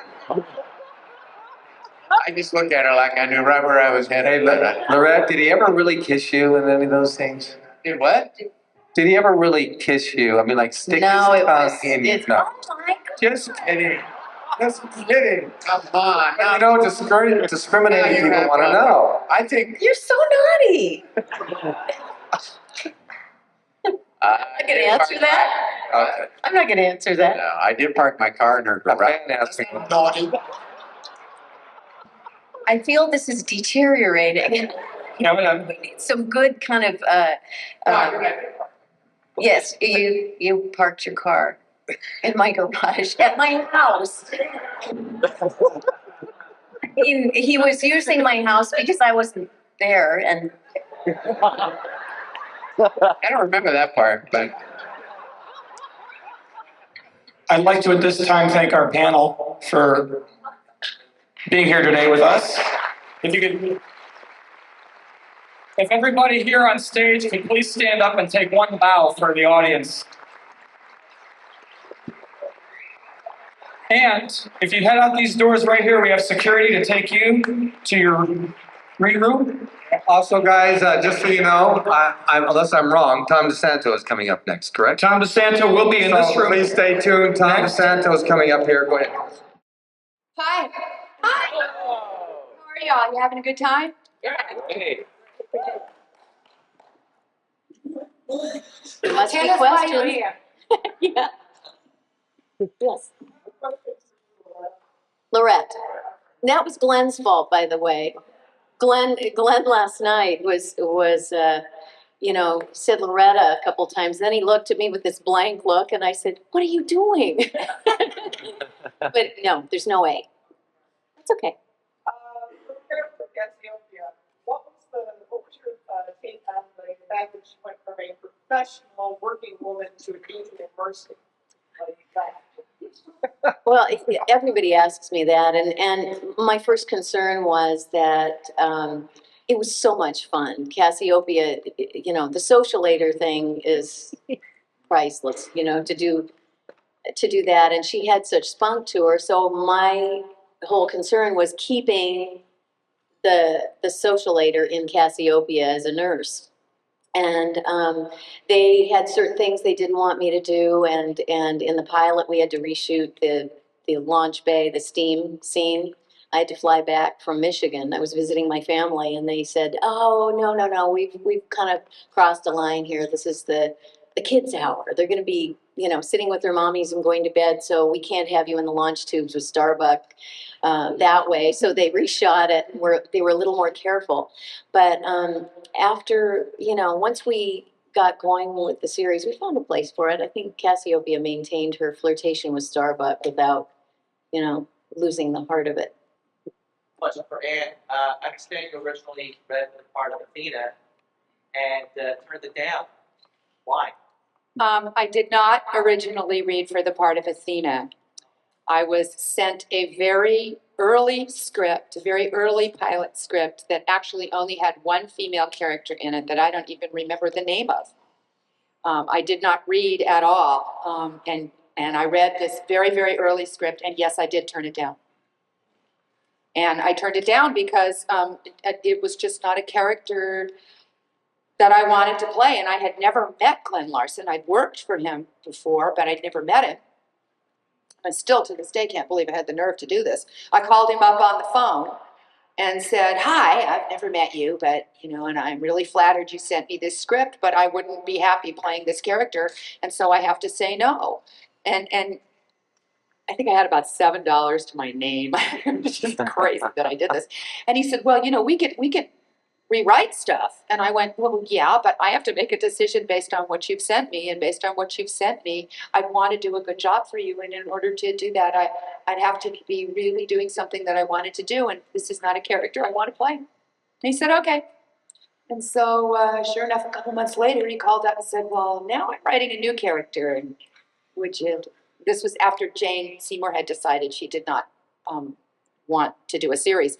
And he said, "I have an opportunity to write a new character into the show, and I'd like to write it for you. Are you interested?" And I said, "Yes."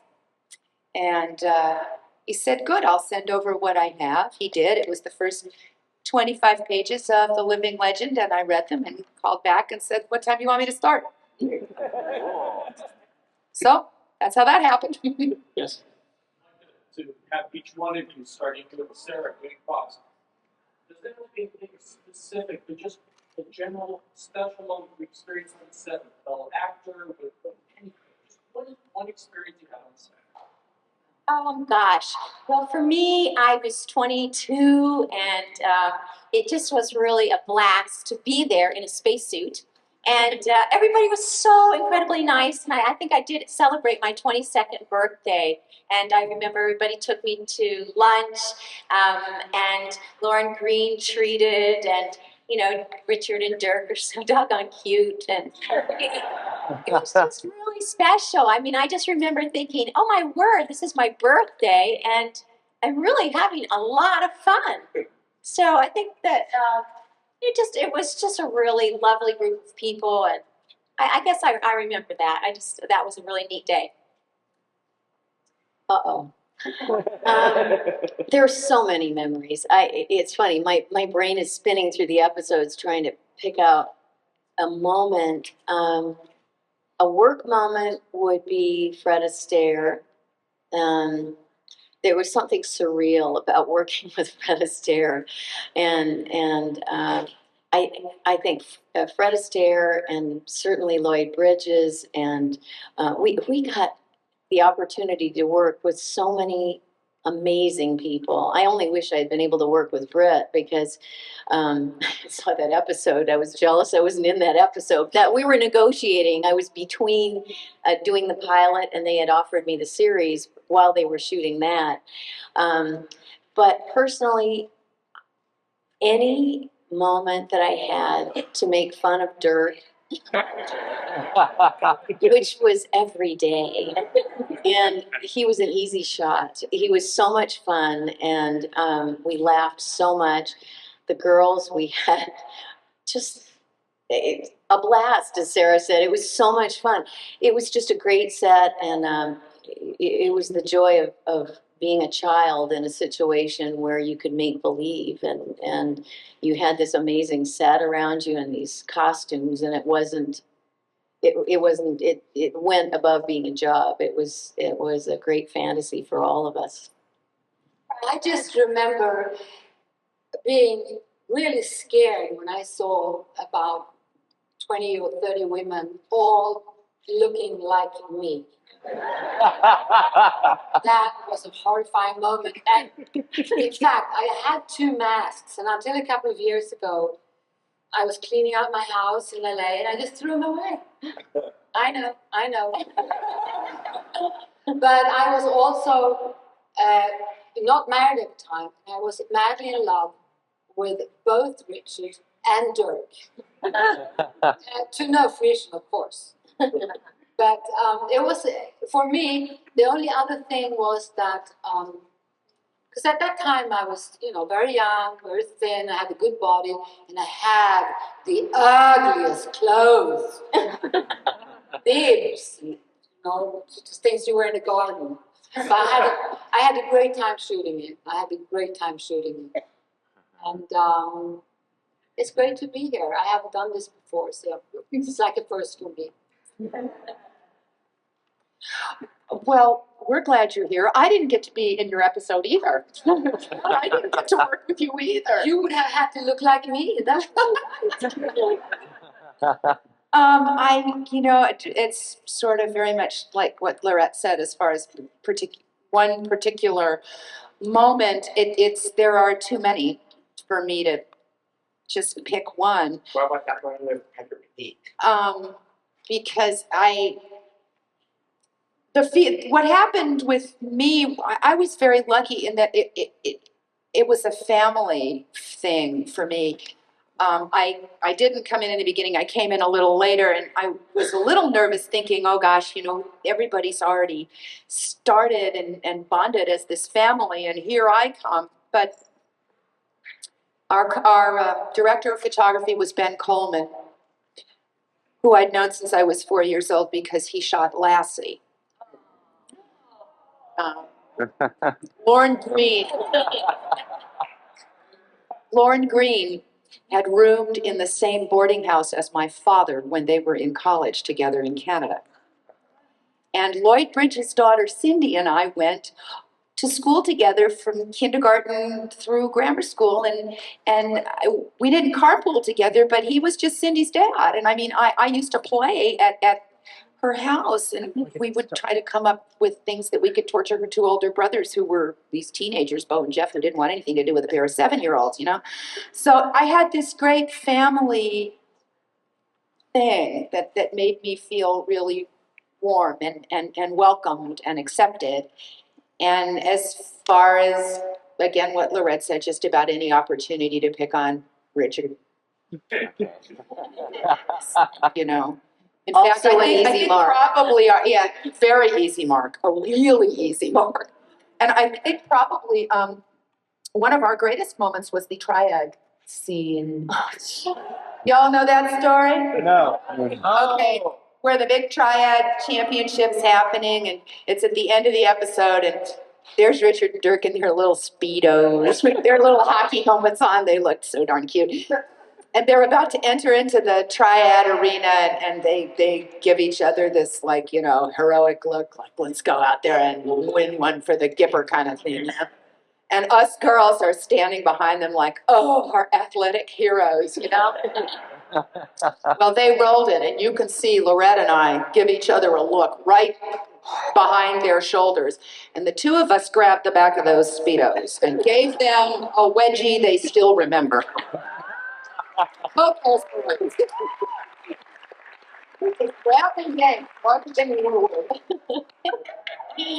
let's do that today.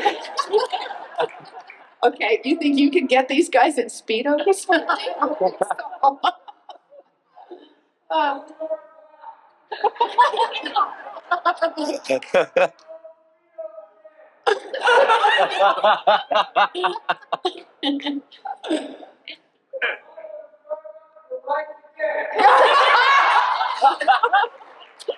I don't want to go there.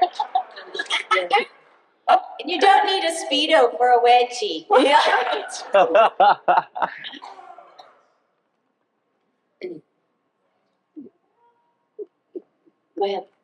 Okay, I was going to ask Sarah, could you say for us all, launch when ready? Okay. I have to put myself in the moment because I'm a method actress. Let's see. Okay. The world is coming to an end. Launch when ready.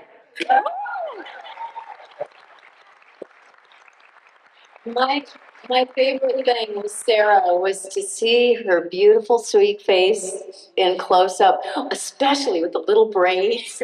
I loved those little braids. I thought that was so cute to see you saying that every time. It was very, she was very central to the show. Oh. Yeah, she was. Well, I just heard a rumor that there's some kind of auctioning of a dance, and someone said that some guys wanted to dance with me, and I'm thinking they must be thinking of that person because it's been a few years. As for Anne and Lloyd, what was it like working with Lloyd Bridges?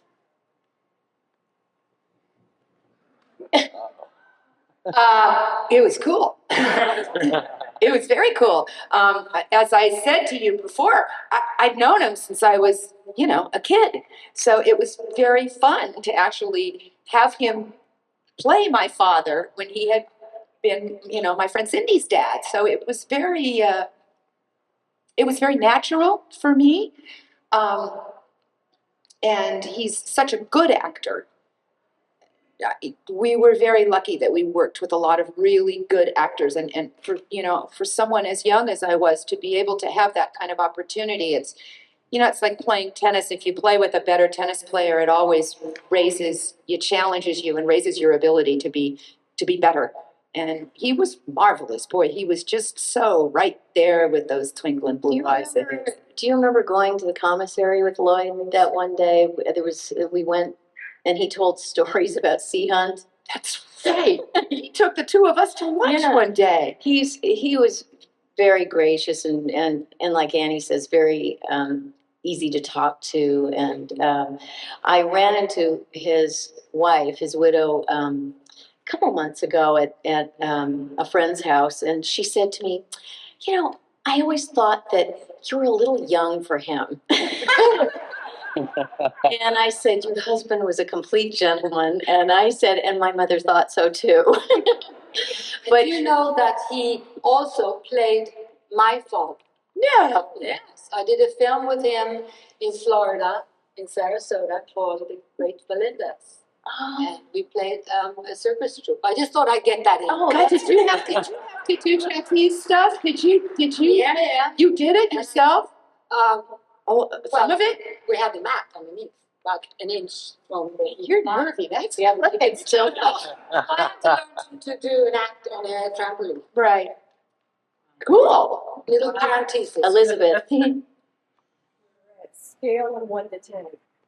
Is Dirk a good kisser? Yeah. Yeah, we had fun. I will say a 10, except when he smoked those cigars. And then there was a rapid drop, a decline in my rating system. His rating number dropped. Oh yeah, he took great delight in that. Yeah, there was always something where he held a little in his lungs and then exhaled as he was saying the lines. But no, he was a great kisser. Lots of fun, a few extra takes, yes. The gentleman in the front corner, please stand and ask so they can see you.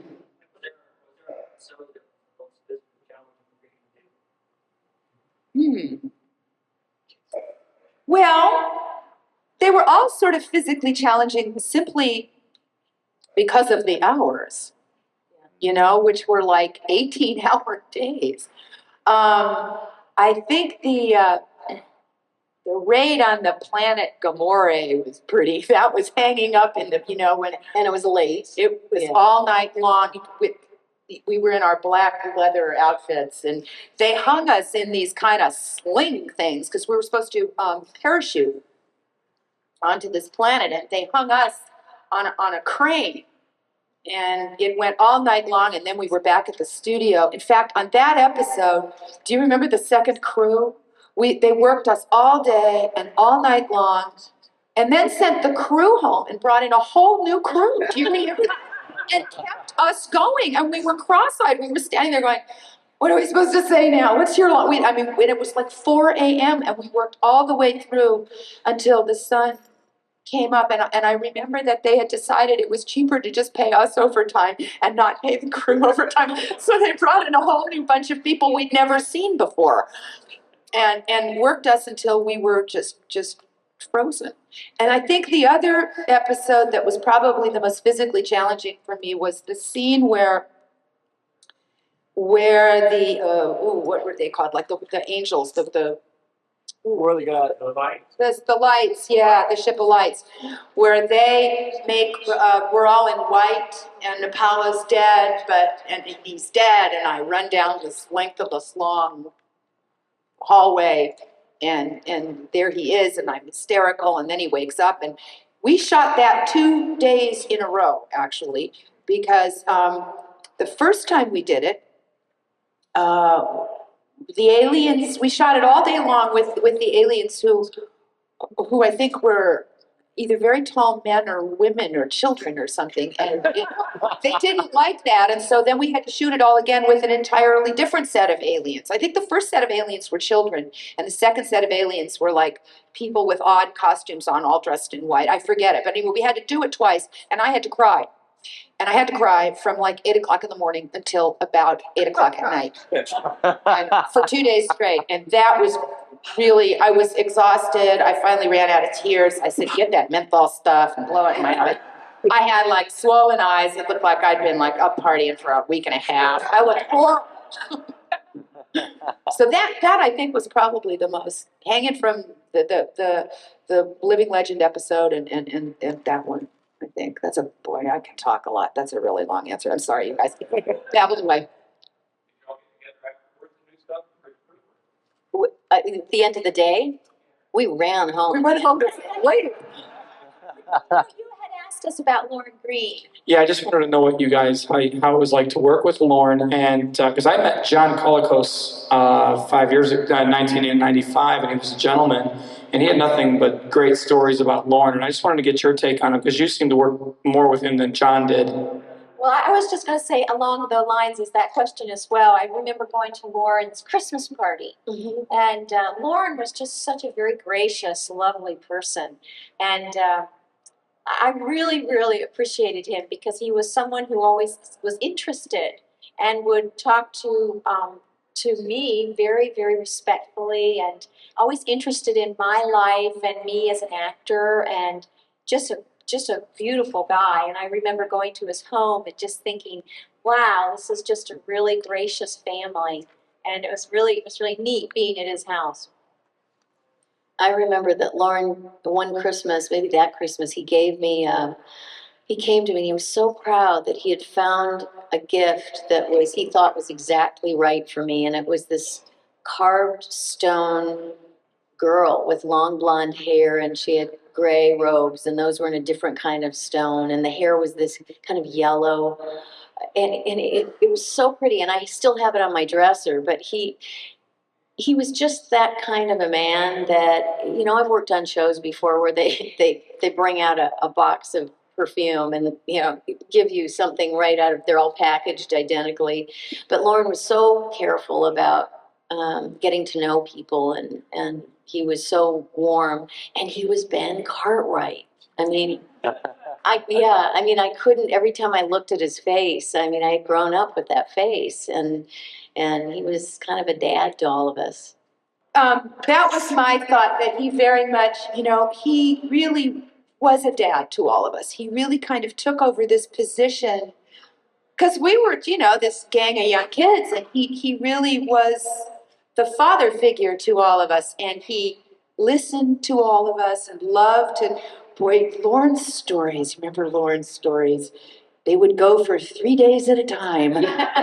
Lauren could tell some stories and they were so detailed and so long that sometimes they didn't get finished until, we'd have to leave, go shoot a scene, come back, and he'd go, yeah. And so where was I? I was just, and they were so wonderful. And he would talk about, Annie, were they really wonderful? Remember we teased him about his terrible stories? It was like my dad. He'd tell a story, and when we were on the set, and he'd get us all giggling because it was so detailed that we would kind of... You lose the train of thought of it. And we'd all get the giggles, and then they'd say action, and Lauren would get serious, and we'd be We'd be gone. But that's my memory. I mean, aside from the professional experience and just being able to learn by being in his presence, but that's my what comes to my heart most about the memory. It's that he was very father-like to all of us and did invite us to his home, to his Christmas parties, and stuff like that. At what point did you find out that the show was going to get canceled? And was there any talk with the writers or directors or producers that you and the character Apollo were going to go anywhere in the next season? Well, I found out the show was canceled while I was on vacation in Hawaii after we wrapped. We were all pretty darn surprised because we had excellent ratings. I mean, we were all pretty stunned that it was canceled. As far as what had been planned for next season, there had been some talk about, where Apollo and Sheba were going to go. And then I heard not too long ago that, apparently they were going to kill me. They said, oh yeah, we were going to kill Sheba in the next season, kill her off. And, I don't know. It was just, we were finally beginning to get somewhere with that. But Cassiopeia would have revived her. Yeah, that's true.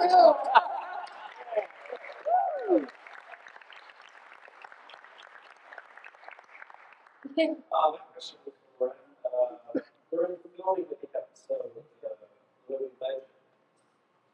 First, was the way seeing said that was She kissed him in a couple scenes. What was the first part? What did you say? No. Oh, is that the first one? See, I went, why must it always come down to that? With Cassiopeia, I guess that it has to.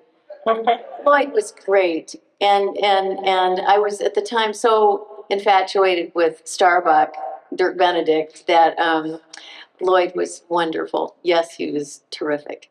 And I don't rate him because he's above that. Woo! The lady up in the front row. Thank you guys very much for being here.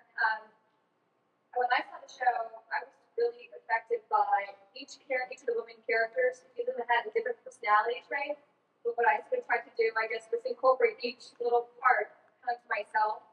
So I saw that, on the social media, it was like being sweet, being loving, being romantic, and just being very sensual as a woman. And then, Sheba was very strong and yet very, put herself in line and do things that men would do, obviously, in those days. And then with, it was just like this aspect of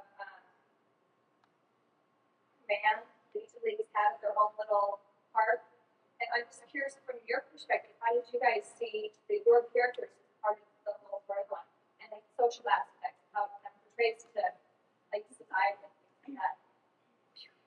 That's a very good question. That was very good. It almost speaks for itself. The characters were well delineated in the scripts, and when we came in, like any series, it evolves. I was very proud of that. I saw that the women were, and of course, Annie and I always talked about pushed forevermore control. That wasn't there a scene where we were waving? I don't know why you weren't in a Viper at that particular time, where we were waving the guys off to battle.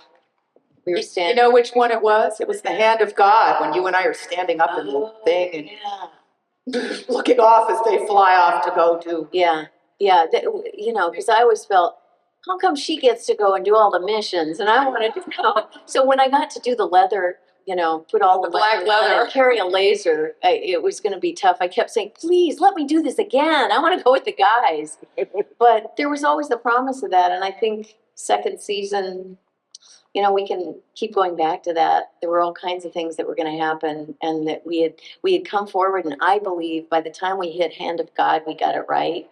And not to say everything wasn't perfect, but it all gelled by the end. And it was about character over explosions. Yeah, exactly. And we were starting to get behind, you know, Apollo and Starbuck, and it was more of a personal thing. So that's why that episode was a personal favorite of mine. It's my personal favorite too. And as far as, you know, how, to go back to your question, they were wonderfully written characters, and I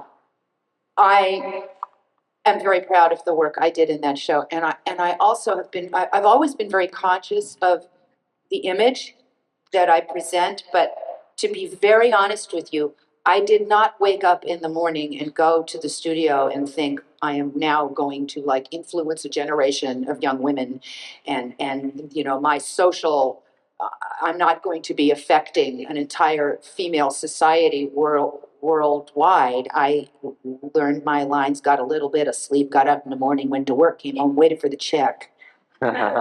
So I was certainly not in a far-reaching mode about how I'm, you know, going to be perceived 25 years later by you lovely people who still care.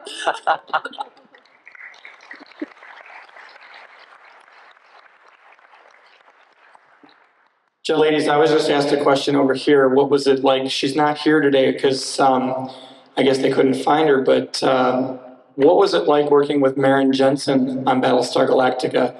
I know that, Lorette, you had a lot of scenes with her because obviously the love triangle with her and Starbuck. So if you can give the audience your thoughts on Maren. Maren, who, if anybody knows where she is, we've all been looking for so many years for Maren. Maren was wonderful. She was just starting out. She was a model.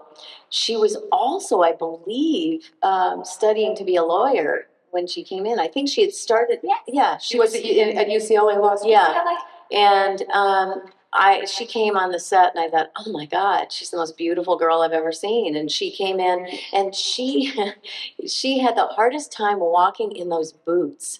In the pilot episode especially, I remember she was absolutely traumatized because these boots that they made them were those really thick bottomed. They were motorcycle. They were motocross boots. And here's this they little, weighed like 40 pounds apiece. Yeah. And this little dainty girl, and you can see it in the pilot when she's chasing Starbuck down the hall. That she's like she's bottom heavy, and she's trying to walk. And she said, "I can't do this. I can't." You know, and she said, this doesn't have anything to do with acting. It's just that I can't walk. And she was so frustrated. But she was just great. And I sure wish we knew where she was and what she was doing. But we can all just imagine she's, I'm sure, having a wonderful, full, happy life somewhere. Such a beautiful girl. I can remember coming into the makeup department with little Essie. Remember little Essie, who used to make scrambled eggs and toast back in her little corner there? They'd get all of us girls in, you know, at 5:30, 5:45 in the morning, and you know, I'd come in with my eyes all swollen shut, and and we'd walk in there, and there would be Maren. And it was just like, I may as well just go home. Yeah. I mean, this girl, without, all she had to do was wash her face. It was the most beautiful thing. She was so gorgeous and sweet, sweet, lovely gal. I don't know where she is. The last time I saw her was in the mid-'80s when she was dating Don Henley. It was the last time I saw her.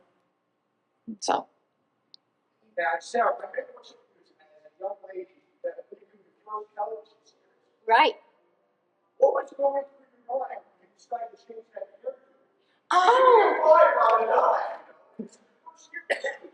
I didn't want to change my hairdo. I love the braid thing. Yeah. And my hair was long, but I guess they thought that all of a sudden, I just know during one of the scenes, literally, two gals came over and started unbraiding it and said, you know, yeah, that they just, that, no, the network wanted, no. I would have kept it. I like that. They didn't say why? Well, they said they wanted me to look more sexy, and I'm thinking, but I will never look sexy. You know. Oh, thank you. Thank you.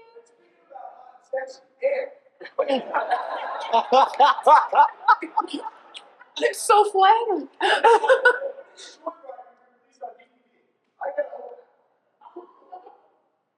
I don't know. I've got to get a copy of that now. It's a long time ago. It was a really long time ago, and that's the only time I ever did that. It was, I was just not very comfortable acting without clothing.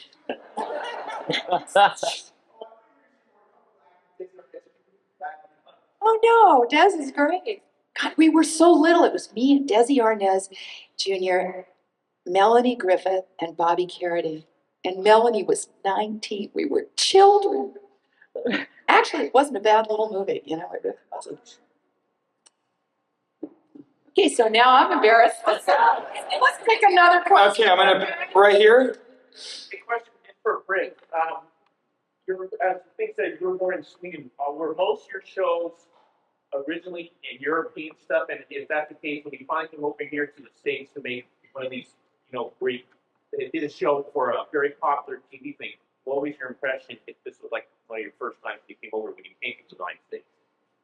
I was 20 when I came to the United States, and I did all my work here, outside.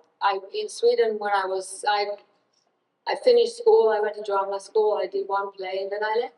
So you've always done your work here in the United States? Always done my work here and in Europe, but not in Sweden. I would like to ask a question again here, because I posed the question earlier about Lauren. I know, Anne, in Baltar's Escape, you worked right up front with John Colicos because you guys were in the shuttlecraft together holding you hostage with the Council of 12.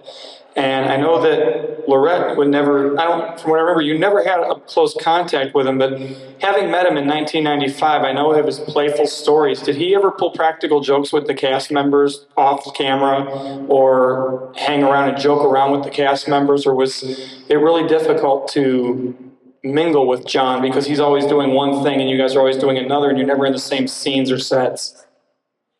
We didn't really have a lot to do with. John was always in that big chair. You know, I felt bad for the guy. He'd always come in by himself, and they'd hike him up on that platform, put him in that big chair, and he'd read his lines. And you know, you never got to see anybody else. I don't really recall practical jokes. Are you asking specifically with John? Well, in the sense of like since this panel started this morning, everybody has just been so, like he said, upbeat and funny and loving and joking. And it seems like that's the same kind of a feeling, at least I feel like I get from it, that you were all, as a family, able to share your stories of if there's something going on in your life, someone would help get you through it. Or if, you know, the mentioning of Lauren's Christmas parties. And I'm just kind of curious if John, being the wonderful man he was, and had kind of an influence on your lives at all, like Lauren did. I think that John, I know that he was always warm and wonderful. And again, I really didn't have the good fortune to work with him. So it was just giving each other hugs and talking and, you know, coming and going sort of thing, because we were continually coming and going, whoever was doing certain scenes. And there would be sometimes days if Annie was doing a mission sort of thing, or Sarah and I, we would all just see each other when we could. But there was always that underneath connection with everyone. But I wish I had worked with John and I've been able to. I'd spent a little more time with him. I did actually work with him a bit, although really not that much. I certainly knew of him prior to, again, it's like I had this other connection coming in prior to that because I knew of him through the Stratford Shakespeare Festival in Stratford, Ontario, Canada. And mostly what I remember is how warm and delicious his stories were. And he was a very warm and charming man. And unfortunately, he really didn't get to work with us very much because his stuff was isolated because he was always with the Cylons. I'd like to thank the ladies for coming in and talking to us today. I'd like to also thank you for coming and the questions.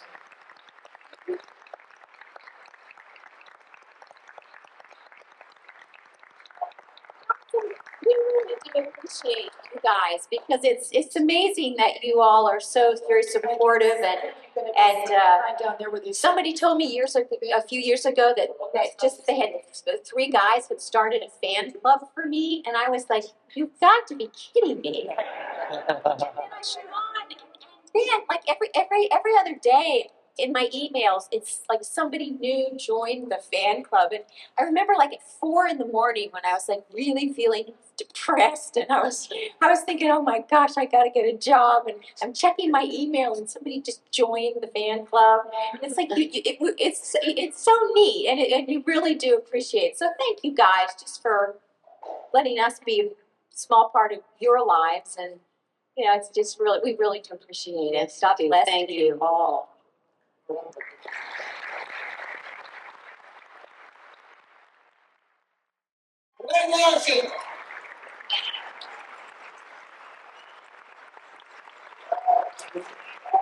Thank you.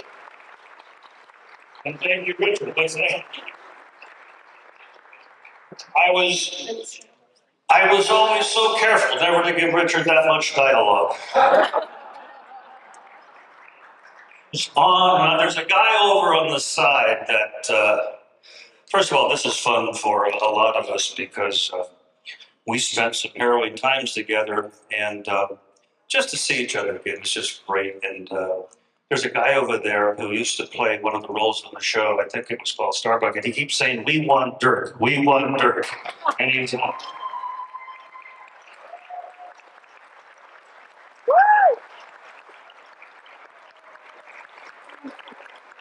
You know,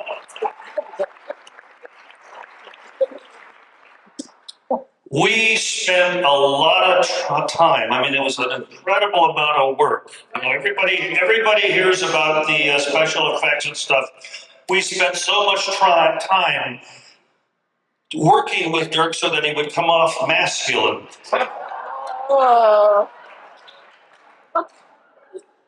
And one damn episode, this guy more turns him into a girl. I don't know. I know Ron by his nickname, Gimme. Gimme more. Okay, anyway.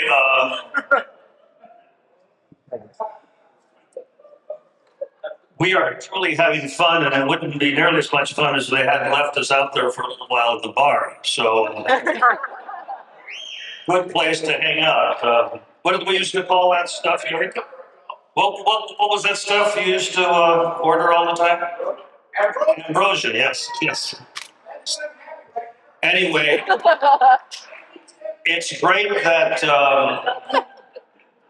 I'm trying to get to see the IMAX. I would love to have, but a few weeks ago they had a wonderful screening at the Egyptian Theater, and it was so much fun to watch the original 3-hour with Richard Edlunds, who said, you promised this was going to be on a small screen, and he's looking at all the matte lines and things and saying, we didn't intend that this be, 1,000 by 100 feet or whatever, and. They were all the greatest people. I think it's one of the best casts ever assembled. There's quite a few of them here tonight. Loretta Spang is just so delicious. Have you seen her? She's.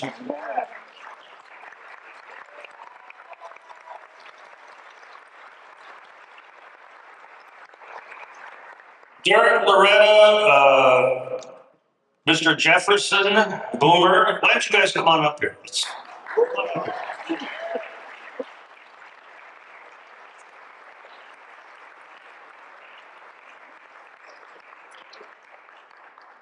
Boy, he still needs.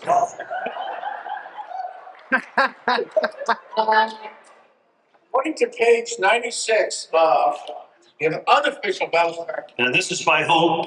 Richard Levine. Okay. No, while we're with that, go into the. They were always late for rehearsals too.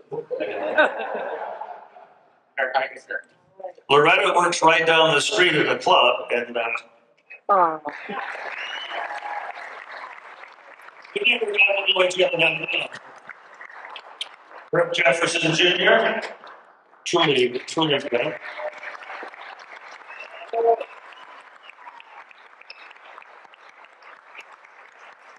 This is Terry. Come up here, Terry Carter.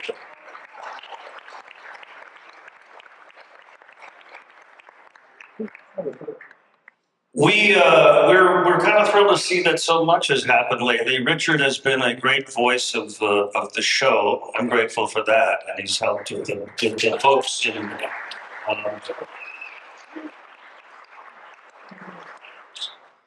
Stu Phillips is here.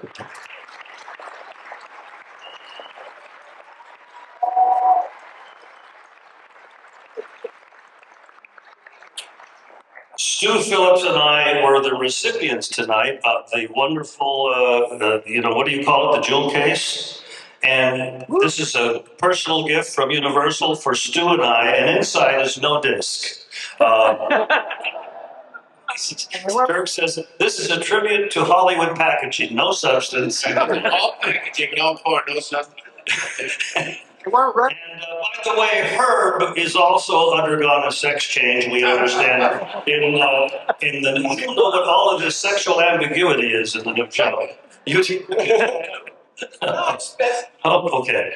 Anyway, we are probably better suited to know what you'd like to ask than to stand here and just talk incessantly, but I would love to give Dirk the microphone because it was so hard to get into this show.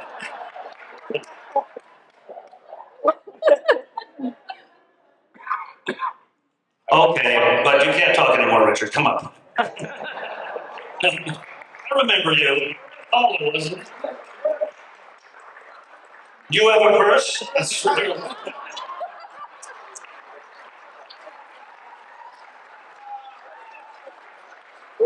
And now, without any further ado, we'd like to hear a few words from Dirkie. Dirty Dirkie, as he was known on the show.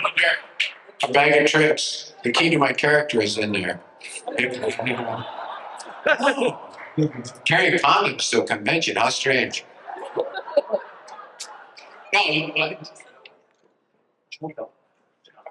It's John Dillahan. Yes, should be up here in the stuff.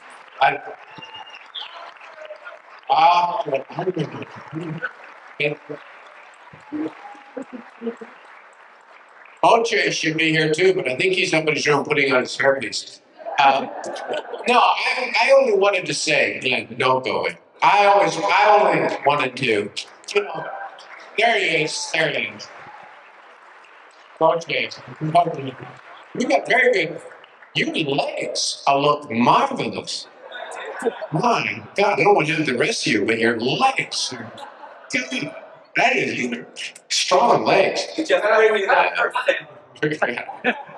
No, but it's been 25 years, and I was thinking as I was coming to this event, I was thinking of 25 years, this show has been alive. We only did about 24 hours, and I was just in London, and there was like 10,000 people came to this convention, and it was for Battlestar, science fiction convention, Battlestar Galactica. It was 25 years, and it's only so few hours. It's affected tens of millions of people around the world. They're now doing this new show. It's affected so many lives, and it's all because truly one person, and that's a writer who goes into a room with a typewriter and some blank sheets of paper and starts creating. And comes up with Triad, and comes up with Centon, and comes up with Apollo, and comes up with a Starbuck, and a this and that. And that's Glenn Lewis. So, yes.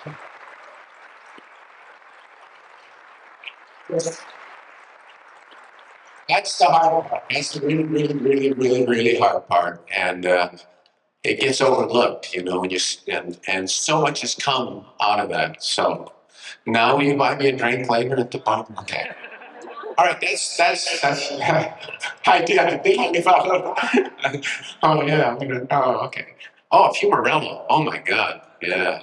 I hear the new Starbucks smokes I don't know what she smokes, but she's smoking something. My God. No, let me just say, let me say one thing about why Starbucks is now a girl, and that's a reflection of the politics of today. You cannot have a cigar smoking, a fumarella smoking, an ambrosia drinking, womanizing, chauvinistic character running around on mainstream television today. Because they've been taken over by women. It's a feminization has been going on for the feminist movement started 40 years ago, and it's finally ended up where television is female driven. Yeah. Female produces female mentality. Shows it's all a reflection of the men on television today talk the way women would like them to talk. But it doesn't have anything to do with the way real men really talk. They talk like this. And so you have to get rid of a character like that. You certainly have to get rid of a character like that because first of all, you can't have smoking on television. So right away, you couldn't smoke. And I always say, no cigar, no Benedict. I want you to keep going. You're burying yourself here. Okay, he only said those last things to kind of remove any rumor that that we really were covering up his side issues during the show. You know, he's the only one that had a colonial warrior gown that he wore off stage. And it's lovely. I don't know why he didn't wear it tonight, but it's wrong with the show. Okay, amazing.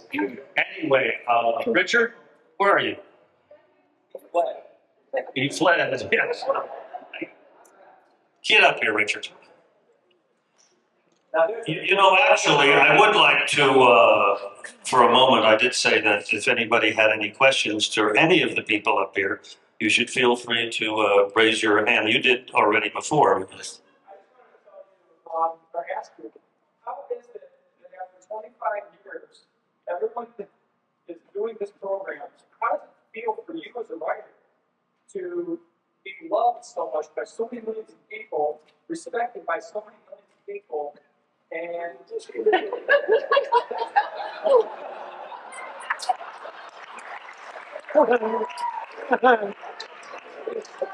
just wanted to ask you, how do you feel after 25 years of Battlestar Galactica, the original version, is still so important to people's hearts? Well, that's one of the largest thrills in the world, to find that people really like something that you did that long ago. I watched, for the first time, I think, in forever, the, what do they call it, the marathon that was on a week ago or so, and I loved that episode. Was it called War of the Gods? Or I was stunned by that one. That was really good. No, it was great. I love the where we translated them into the white uniforms and brought Apollo back to life. You know what? I liked that. That was yeah. And you love all whites, as opposed to basic black. Anyway, enough of those jokes. It's a great honor. It's a great thrill. That's why we're showing up here. It's we have terribly mixed emotions about the direction the show's going in now. But you know what? There's going to be a brand new audience out there, and we don't know, but that there aren't a lot of legs in this concept that will catch on with people who don't even know the other one existed.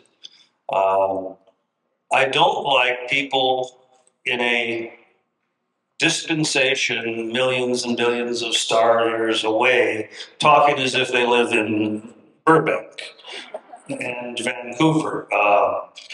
And the swear words and so forth are all like right out of sticking up our restaurant, you know, it's that kind of thing. We sort of bent over backwards, but I do understand that last night when you got up to IMAX, somewhere on the bridge of the Galactic, it said "Made in the USA." We really tried hard to avoid anachronisms, you know, as best we could. That's why he said things like Felcher card. He still doesn't know what it means. And, it means I am a girl. So, you're getting off easy, Richard. Anyway, okay, that answers the question. No, we're thrilled and delighted by that. And by the way, we don't wish anyone ill. We are proud that within the last few months, and it's taken a long time because a lot of people get involved with a concept like this and don't understand that there even was a mythology and there was some core underpinning this whole concept. So they embark on all kinds of directions, and I love it when we just got the rights back from Universal. They don't own the movie rights, so we're hoping to. And we did get down the road with a writer who just didn't get it. They were doing the same thing with, you know, I'm going to have your ass for this, and we're going to, you know, and so forth and so on. We hope we get a chance to do it right. And the timing on that will be very precarious now because, you know, there may be something that goes on into a series and so forth and so on, although Star Trek managed to coexist between movies and TV shows very well. So we will see what transpires and what the timing should be on that. Yes. He looks like a Dama. I don't know. I mean, protocol made it. Go ahead. I think one of the reasons why a lot of people were kind of disappointed by the new one is that the show had so much vision. I mean, I grew up on all your shows. Your shows are all so wonderful, but there's some serious, deep thing within the heart Battlestar Galactica brought out in us and a lot of my friends. And we were so hopeful just to see where it was going. What was your vision? Well, like the people in white, you know, where they come back and was it going to cast on the earth when the ship got there? It was a big toy, and you know what? It was a joy to play with. This is by no means a show that was the most successful, but from a fatherhood point of view, it was, you know, you're not supposed to have a favorite child.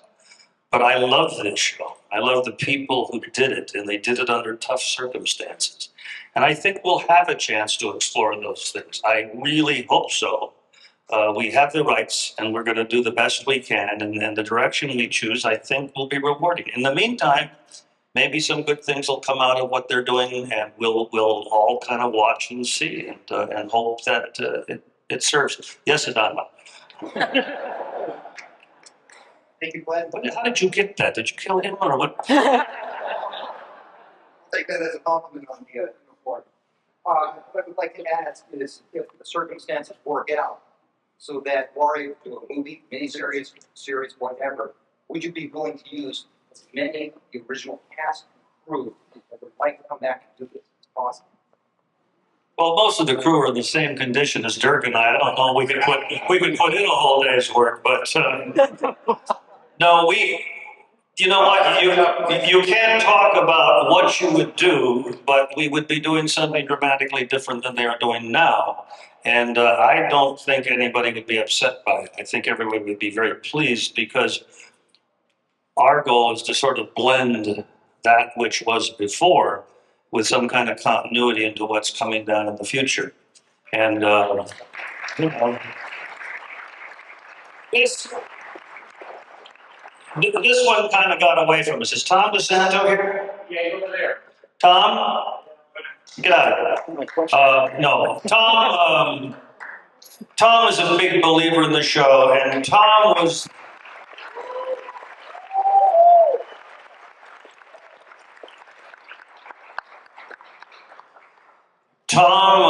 had some dreams and aspirations for where they should go because he was a big fan of it, and I believe he had some good ideas, and he knows I had some good ideas, and somehow it all got directed some other way. And again, I haven't, I've done some reading, but I haven't done a lot of seeing.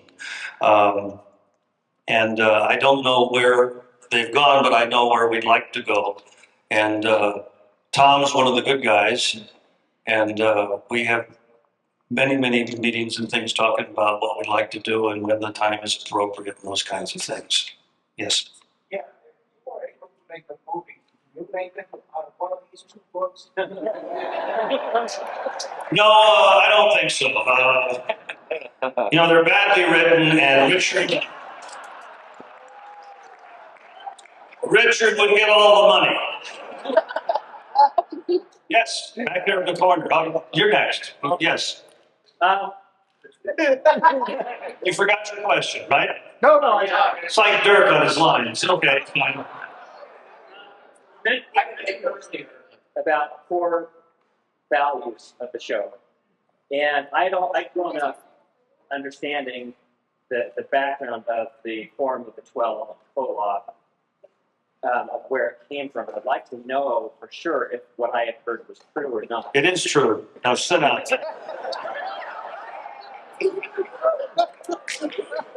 The last thing we need is trouble from the Bible Belt. Now sit down.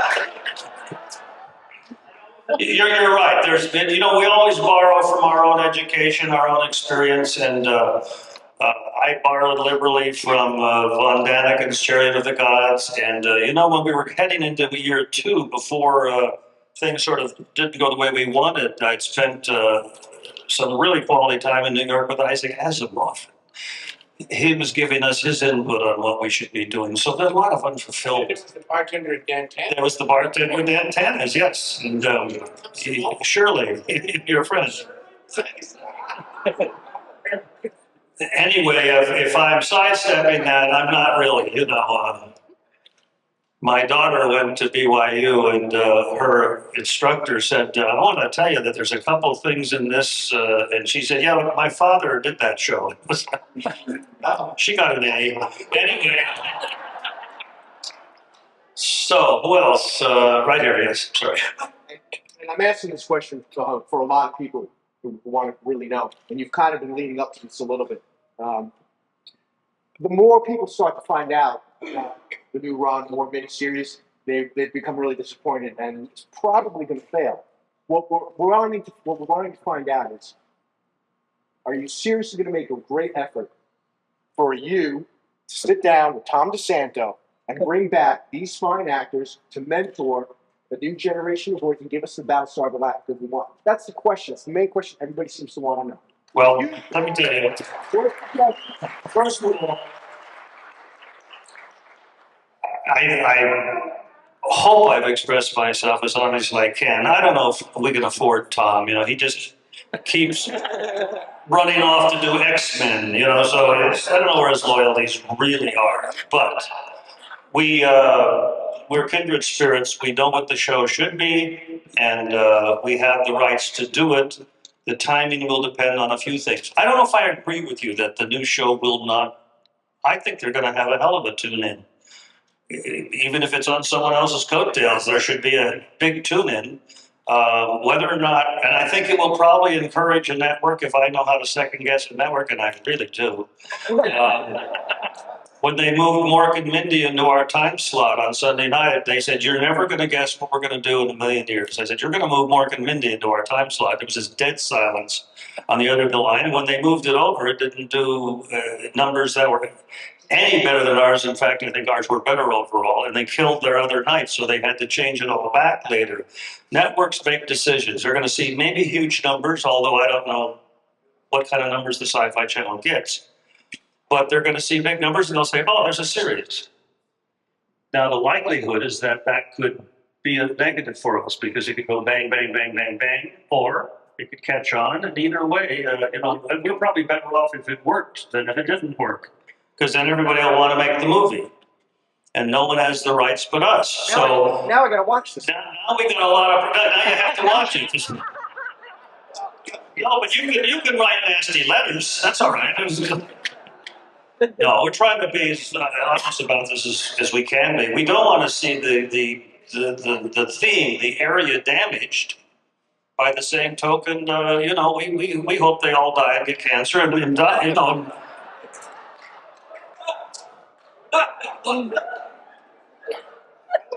That was a joke. Yes. Say thank you very much for coming. I know we all appreciate it very much. Great family yourself. Are you asking us to leave? A very sincere, very serious question. The last 5 years, I've worked very hard with Richard, worked on Battlestar, Galactica.com, Battlestar, Exodus.com. One of the things that Richard has engendered among fans is a collective feeling, no matter what you believe in, no matter which version of Battlestar, we're all fans, whether it's for yourself or Richard or anything that's being done.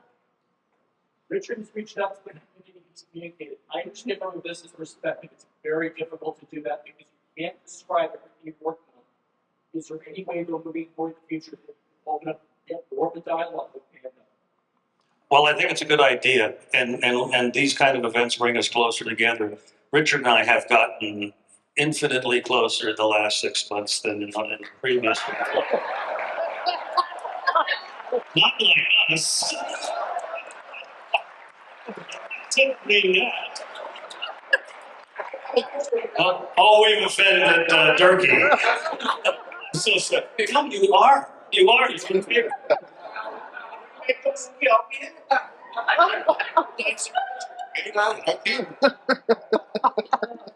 Anyway, I don't know we'll survive the evening, let alone another 2-hour movie. It's only, no, it's, is it? It's Friday. All right, right here. So 25 years ago, we when the people assembled up here, created something which still exists in the minds of the fans today. I remember a few years ago, we were trying to bring that Battlestar Galactica to Todd and Boyer. Yes, this, I remember that too. That was a real mistake. Did not sound fans. One was blocking Vipers, and another one not using any of the original cast. First of all, Walking Vipers was something that Todd had already put into work, and he had artwork done on it, and he thought it was a great idea, and that was not ever, it never reached a fruition stage. He had a favorite writer he wanted to bring in, and this is probably the only time I've ever spoken about this, but the script that writer turned out, I did have input in, and both Starbuck and Apollo were in that script. In fact, they were in it in some very, very good ways. But, there's no point going back to that one now, although when I bought the rights back and I had to pay actual hard cash dollars to do it, the rights to that script came back too. So some of the ideas in there we have the rights to, and one of them was that we would explore the past in ways that I just, you just can't get into all of that right this minute. But sincerely, I appreciate the last comment about that there is a core here and that there's a spirit here that we want to respect and do justice to. And I hope that in the forthcoming weeks and months, we don't lose our core audience in favor of whatever happens with whatever's going on the air. But, we can't predict what the public's going to like and what they're going to, treasure. But it's not going to stop us from doing it the way we want to do it when we do it. And so that part we promise you. And Richard, on behalf of myself, I want to thank you for doing things like this and putting this together.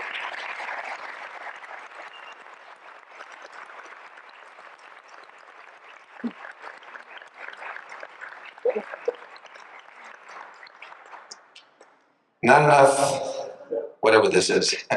Anyway, I just want to thank everybody for coming and spending this wonderful 25th anniversary. About 9 months ago, we were waiting for, what was it, Rainy Days production, I think, put on the 20th and the 15th.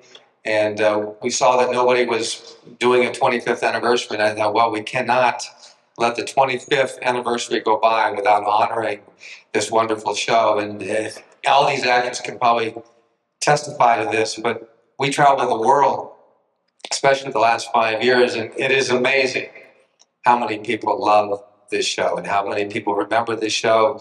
And as I tried to tell Ron Moore, I said, it's not about a generation that's 50, 60 years old. I said, this is a show for all time, for all generations, for all ages. Doesn't matter whether they're teens, 20s, 30s, 40s, 50s. This show's never gone off the air. It's been passed down from generation to generation. And it's a show truly, and I think this was one of the reasons it was so successful, about family. It was about family and extended family pulling together to survive against incredible odds. And I think that's why so many people responded to the show, just no matter whether they were science fiction fans or not. So I just saw nothing being done, and I've kind of learned over the past several years here that never wait for somebody else to do it. If you just keep waiting and waiting, it's like waiting for Godot. And I found that the minute you start to do something, everybody joins in, because you realize everybody's just waiting for somebody to take a step. And so once we did, everybody came together to pull this convention together. And again, it's culminated in tonight. And some of you are a little upset about inviting Ron Moore, but you know, you have to invite all points of view. Everybody's point of view is honored and valued. And we're all here to discuss and dialogue.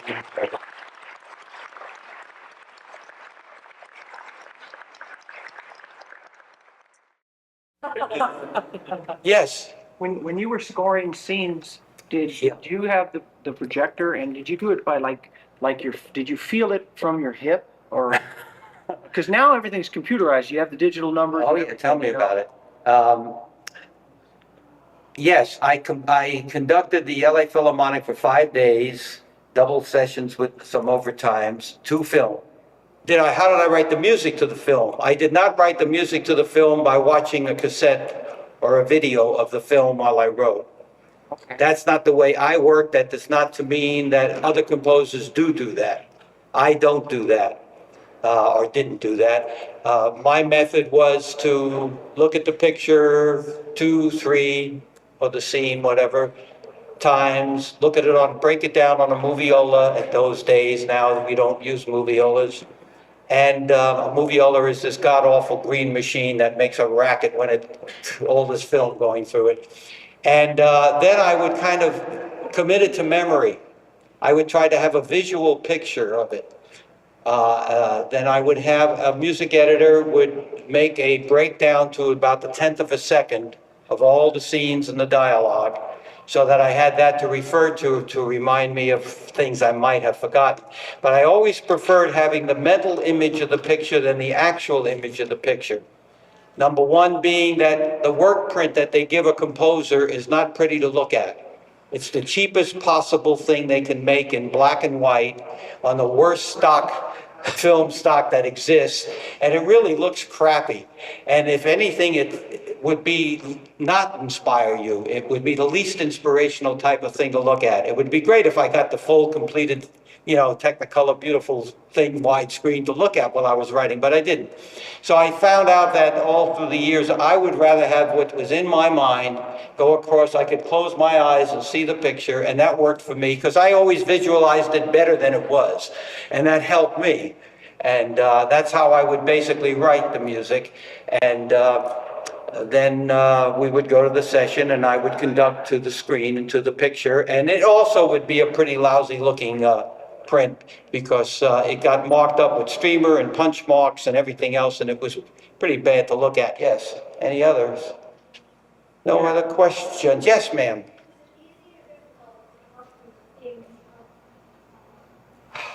Sometimes it's easy and sometimes it's a bitch.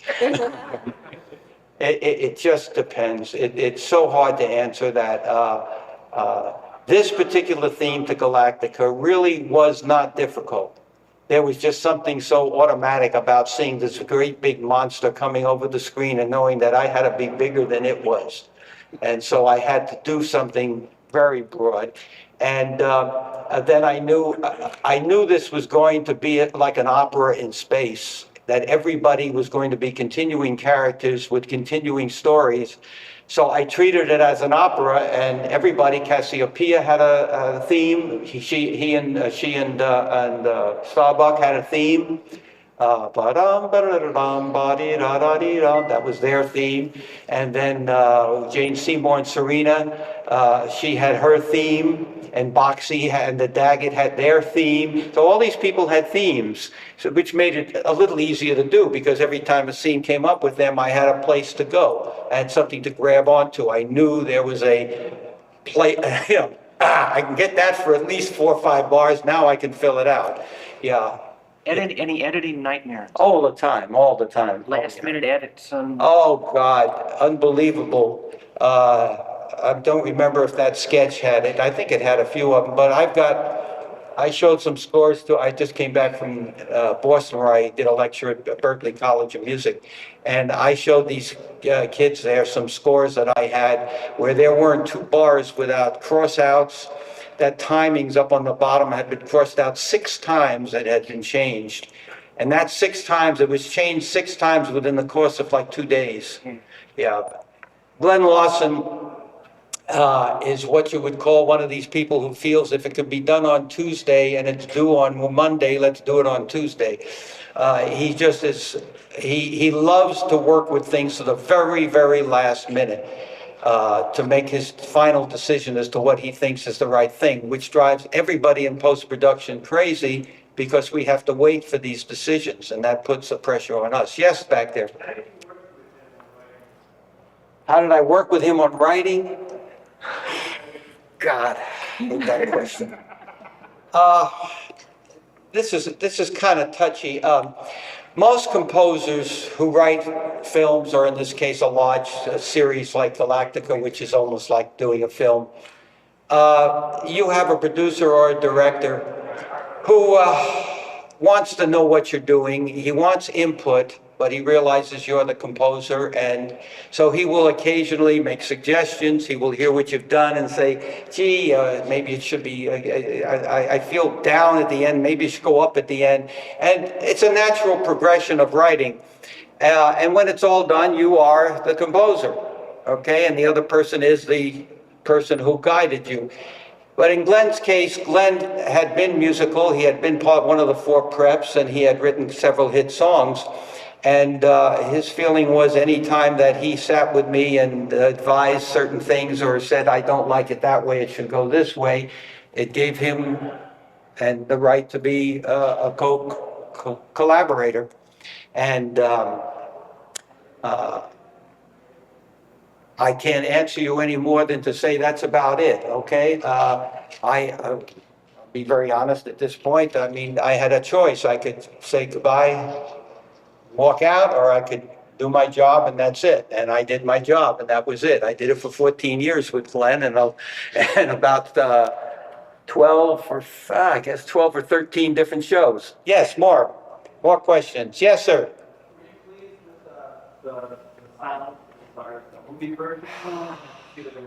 I didn't love it. They had that new sense around thing, and I didn't love the final mix of that at all. In fact, to be very truthful with you, there were about 17 or 18 recordings of the Galactica theme by various orchestras around. When somebody sends me an email or somebody writes me and wants a copy of the theme, I send them the Cincinnati Pops version, not mine.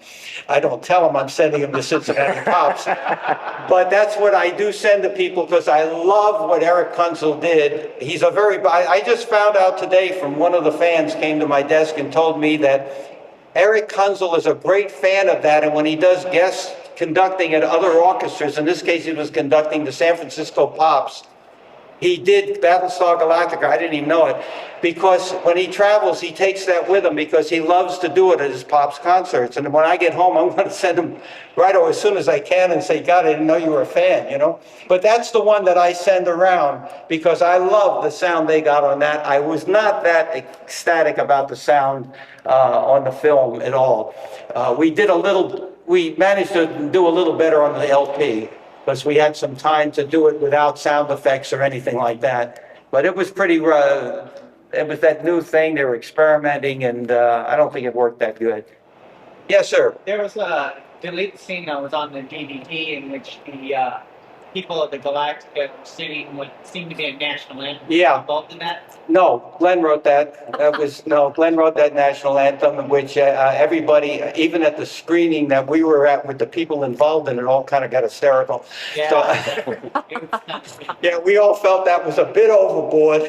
And when he gave us all a dirty look, but we noticed after a while it disappeared. It was just, it was one step too far. No, I wasn't involved in that. I know one of the things that I was sorry a composer can't do is that he can't have a little spot at the top of the film there in small print. And when a certain scene comes on, it'll say, "This was the producer's idea." I did not spot music in this scene, you know? I didn't think the scene was funny, so I didn't write funny music, you know? Little things like that, because you have to be fair. Sometimes my wife will sit at the Academy and we'll look at a picture and she'll nudge me and she says, "The score stinks." I said, "Yeah, but don't blame the composer. You don't know that the producer or the director didn't ask for that." Yeah, that's right. But that's what you have to worry about, is that your name's on it, theirs isn't. And if the audience thinks the music is bad, you can't get up there in front of them like I am here and saying, "Hey, it wasn't my fault." You know? You got to take it, and you take the good too, you know, like when they say, "Hey, isn't that score great?" Yeah, you don't have to say that. "Well, the producer helped me a little bit, you know, he gave me direction." You don't have to say that. You say, "Thank you very much. I appreciate that." Yeah. That's it. Thank you all for coming. I appreciate it. All right, welcome everyone. Hello, good morning. Anybody in a Battlestar outfit, stand up. Stand up, give them a big hand.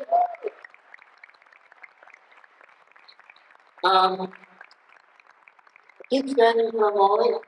And we just want to make sure that Universal can identify you because they want the costumes as you leave.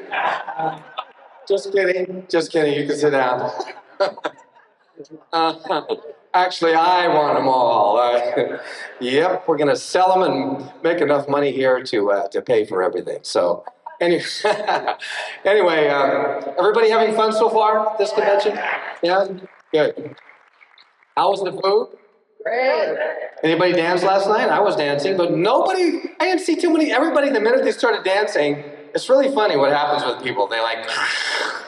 They go for the door as quickly as possible. See, I'm a dancing fool. Now, most people would say, "You must be gay." Okay, I admit it, I'm not gay. Okay. The other Richard Hatch is. I just want you to know that it is the other Richard Hatch, okay? I went up to City Walk and they saw my license and credit card when I was buying a ticket, and they went, "Oh, you're the other Richard Hatch." I go, no, I am the first, the one, the only, the original, the Richard Hatch guy.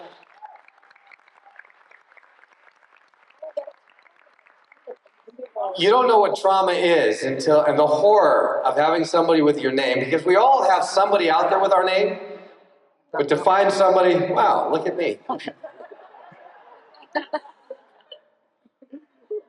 You know, do you remember Peter Pan? I grew up wanting to be Peter Pan, you know, and you saw the shadow, you know, I thought that was so cool. Finally got it.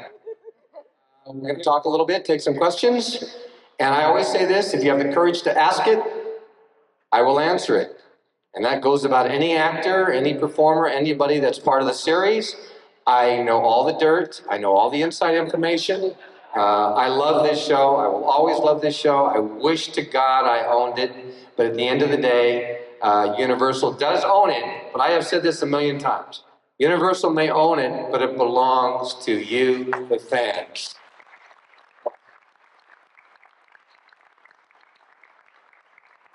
One of the things I always do really quick is that I am not about telling people what to think. I am about empowering people to think, to question, to communicate, to share your ideas and your vision. We all have different ideas concerning Battlestar. Every one of you, if you were producing this show, would do it a little differently. The key is I honor everybody's vision. My thought is that all I could do is to show a possible direction that Battlestar could go in, a possible way to bring it back, to build a case, and that what I was attempting to do was not just go out and do Richard Hatch's vision, it was saying, how do I build a bridge? And I don't know why the networks and the studios don't get this. It's not about creating the coolest thing ever. It's about building a bridge with a classic from the past to the future, by bringing back the original elements that everybody fell in love with.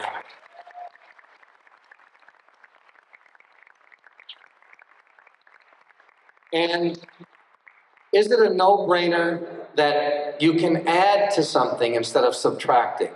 That means add new characters. If you want strong women characters, I love strong women characters. Add more strong women characters. Why take two of the most popular actors in the whole world and turn them into women?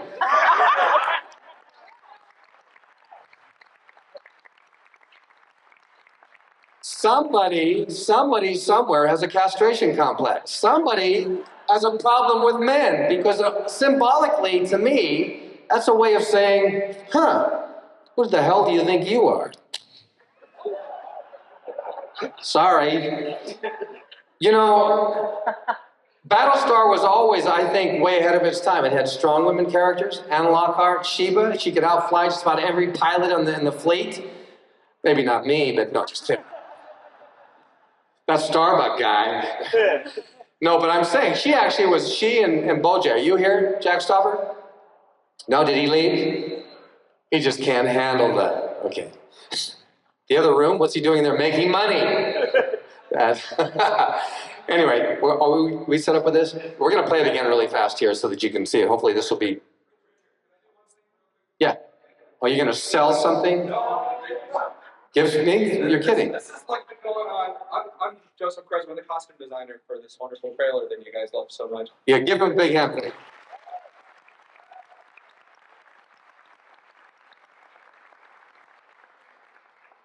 I don't know if you two It's all I'm got. But when we were doing the trailer, we talked about crew jackets. 5 years after the fact, I'm here to give Richard his battle. Well, it's about time.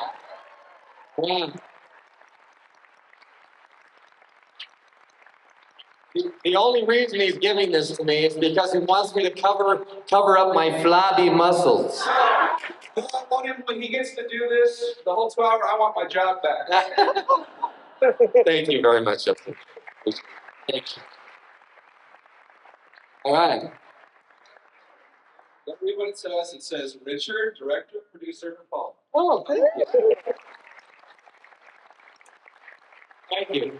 Okay, I'm going to take a couple, some questions here, and then I'm going to play the Magellan trailer. Yes.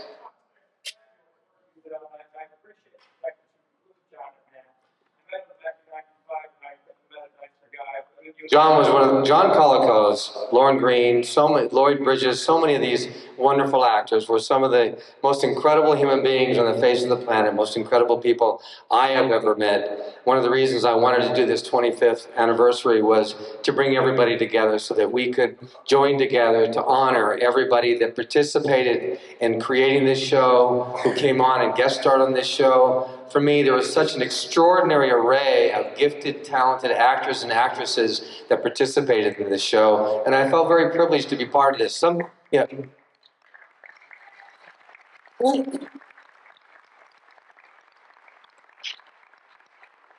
tell you what I'm going to do. I'm going to put on my Second Coming jacket. Ta-da! Actually, was it, I don't know who came up with the green. I thought I was getting a brown one, then it was a red one, then I ended up with the green one, but I like green, so. The green jacket was, in the course of the story, it was actually a lot longer than what you saw. There was almost, we could have shot an entire episode. We actually had a whole movie shot, but it was just a question of getting all the special effects done, yeah. But at one point in the story, Apollo finally is appointed the commander of the fleet, and we decided, since he was a working commander, like Peyton was, that we would give him something to differentiate. The red coats are officers, the brown coats are enlisted pilots, and the green is the commander of the fleet. Well, green is my favorite color, so I really liked it. And again, let me just tell you this. See, for me, if you're going to bring back a show, for me, you bring back not just one or two of the actors, you bring back the core group of Battlestar actors. That's what you do. That's the original show. Then you can add. And in our case, I thought, in fact, we talked to everybody, was to add a new generation of our children born in space. What an incredible thing to meet Starbuck's daughter or son or whoever, to meet all the kids who are now the same ages as we were 20 years ago. And then you can obviously update the silence. So again, the thought was, don't change things a lot, add to it. Fix things, evolve things, but keep it looking the way the original show looked. Plus, I think one of the other challenges, again, was to bring the show back with as many actors as possible. We asked everybody to be a part of the trailer, but I understand most people would think you're nuts if you're going to do a trailer like this without a studio backing or a big budget. You know, we made this on a minuscule budget. I mean, minuscule compared to what this normally would cost. This would cost hundreds of thousands of dollars to do. So this only got done because of the love and commitment of a lot of people in this industry. So I'm going to now move into Magellan trailer. Oh, let me take some questions first. I'm sorry. I'm always rushing ahead. Yes. Before you do that, I wanted to say that, with all due respect to Ron Moore, this beats that hands down.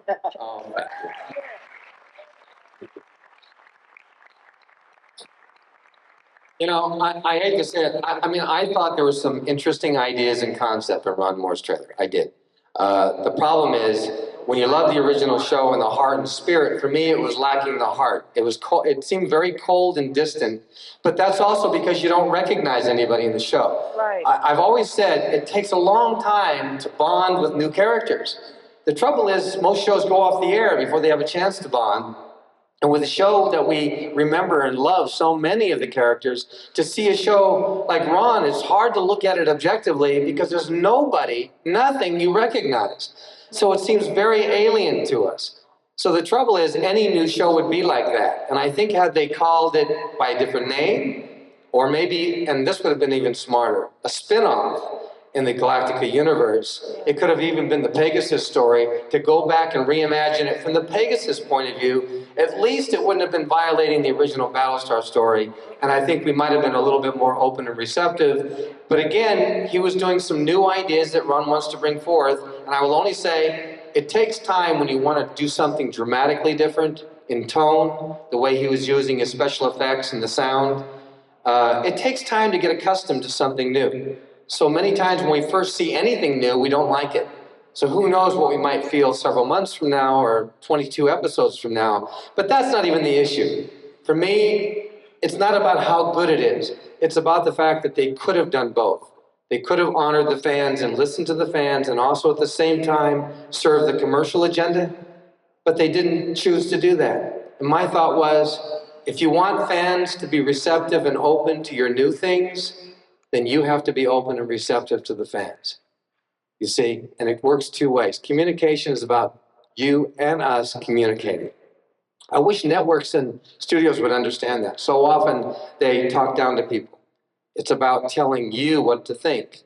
My thought is studios need to communicate more with the fans that they want to spend all those dollars on their product. You know, and my issue again is communicate. The more you communicate your thoughts and feelings about anything, any show, the more they will be forced to listen.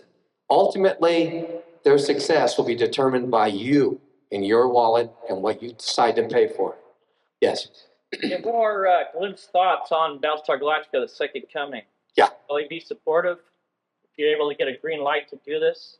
Well, the unfortunate part, 2 years ago, after having multiple meetings and going to investors, I had no problem finding investors. I had no finding production companies. I had Sony willing to put up all their money to do a new show. Everybody wanted to do it but Universal. Everybody was willing to go forward but Universal. Step by step by step by step, we spent months and months going through those halls, and in every case, no matter how much money and time and energy we spent, at the end of the day, they would change their mind 5 minutes later, like on the DVD set. It's finally coming out. It's an incredible DVD set. You've got to buy it. It's the best that you could ever ask for. It's wonderful. 4 years ago, though, we put together a team to do the DVD. We had the company all set up. We were going to do it on the original feature that came out, theatrical feature. Instead of getting a mono track, no wraparound interviews, no additional footage, 4 years ago, we had it all set up to put 15 minutes additional footage in it, to do wraparound interviews, to do all the episodes, to do it state-of-the-art. Universal was excited, and at the last minute, changed their mind and said, thank you very much, we're going to do it ourselves. Fine, but then they threw it out there on a mono track. They just slapped it on a DVD. Thank God, 5 years later. I mean, that's one thing about the new show. It got the excitement going for Universal, and they really put their heart into doing this DVD. And I don't know if anybody's here. Anybody here from that worked on the DVD? Anybody? Well, they did an incredible job with it. You really have to check it out and look at it. Plus, all those scenes that were deleted, they're back in. Plus, scenes you never saw before that I forgot we shot are back in there. And there was an incredible scene with Starbuck and Maren Jensen where she has no clothes on. She's behind a locker door. I don't know why I forgot that scene, but man, I saw it the other day and I was thinking, Jesus Christ. Wow, was she ever beautiful. Maren, wherever you are, we love you. We just want you to know we wish to God you were here. Yes. What is the story of the, why did Battlestar Galactica get canceled? Did everybody hear? Well, really quickly, Battlestar got canceled not because of money. It was the highest, most expensive production in all history on television at that point in time. But the trouble was we couldn't get the productions completed in time to air them each week. In fact, we kept falling further and further behind because episodes took 10 to 12 days per episode. Episodes normally shoot in 7 days. But the technology mounting a theatrical style series for TV was almost impossible to do it for television. And unfortunately, that was the reason it went off the air. And I think it would have been smart. And I don't know why they didn't do this. They made one movie. Why didn't they start making a series of movies or 2-hour specials? Then they would have had the time to do it. But the trouble is, I don't think they knew what they had. So often, the people that own something, an idea, are the ones who are the least or the last to appreciate what they have. And I think Universal is just beginning to appreciate what they have in Battlestar. For me, I think, behind Star Wars and Star Trek, it's the third classic out there and could have been a mega franchise for them and may still be. I mean, I'm hoping that whatever happens, there'll be a way that this show will continue to grow and to evolve. Yes? NBC now has the rights to the Universal stuff. I'm wondering if you can now shop it to the owners of NBC. Well, yeah. Well, the owners of NBC, you never know if they're going to change the hierarchy, the powers that be. But eventually, NBC, knowing how they manage things, I'm sure they're going to come in, look at all the departments. It's going to take a year, 2 years for them to re-engineer and make new decisions, rehire, change positions, change leadership, management. The question is exactly how long that transition of power will take. Once they do, it will be a new regime, and yes, we could go back and pitch some new ideas. Glenn Larson does have the ability, by the way, to do the theatrical feature of Battlestar, and as he spoke of last night, he's planning to do a Battlestar Galactica feature, continuing the original series in some way. Yeah.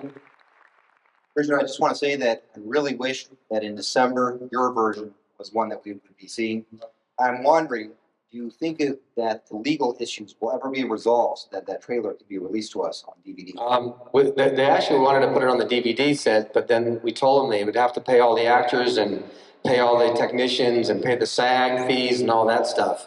So that was the last we heard from them. So hopefully at some point they will, yeah. Richard, I don't ask this question like, in this politics sort of way. All that aside, strictly, from the radio standpoint. Watching that, I saw more Battlestar in that than Ron Morris trailer last night. Strictly from a creative standpoint, have you thought about how the two series would merge together if the fleet suddenly found this universe? Tell us a little bit about that. Yeah, something, it's very hard. It was very hard 2 years ago to start redirecting my energies towards another product, another story, because I recognized at that point in time that I couldn't spend another dollar because at that point in time, Universal was committed to a totally different direction. And I realized at that moment in time that at the end of the day, Universal was going to make all the decisions. And I wasn't going to be part of that mixture. And I understand that many people have ideas about what to do or not to do about this. I don't own it. Glenn Larson has every right to do this. He created it. He created a wonderful story. Tom DeSanto, X-Men. These are the people that are in a position to do something with Battlestar. I started out to inspire Universal, to inspire Glenn Larson, to inspire people to bring back this show. It grew from a small place to a big place, and then we started having all these wonderful people come on board. We would have had Academy Award winners, Emmy Award winners coming on board to do this series. But unfortunately, I'm not in a position where they have turned the reins over to me. And like I say, if I was doing it, I would have included everybody. I would have loved to work with Tom, with Glenn Larson, to have everybody come together, because I want the best, most exciting Battlestar possible. And I know that there's many ideas and many ways to go with that. But there was a point when I recognized that I have grown, I have learned, I have gone through the ringer, and I'm at a place now where I formed a company, and I came up with an incredible story. The Magellan story is an incredible story. It has a great deal of mythology attached to it. There's a whole history attached to it. And I have been putting all my energies into developing a series where I can tell all the stories that I may never get to tell in Battlestar. It's a different universe, different characters, but still, you're still exploring the mysteries of life. You're still exploring the unknown. You're still exploring all those wonderful questions that sci-fi always addresses, and which is the reason we're all here today, why we all love science fiction at its best.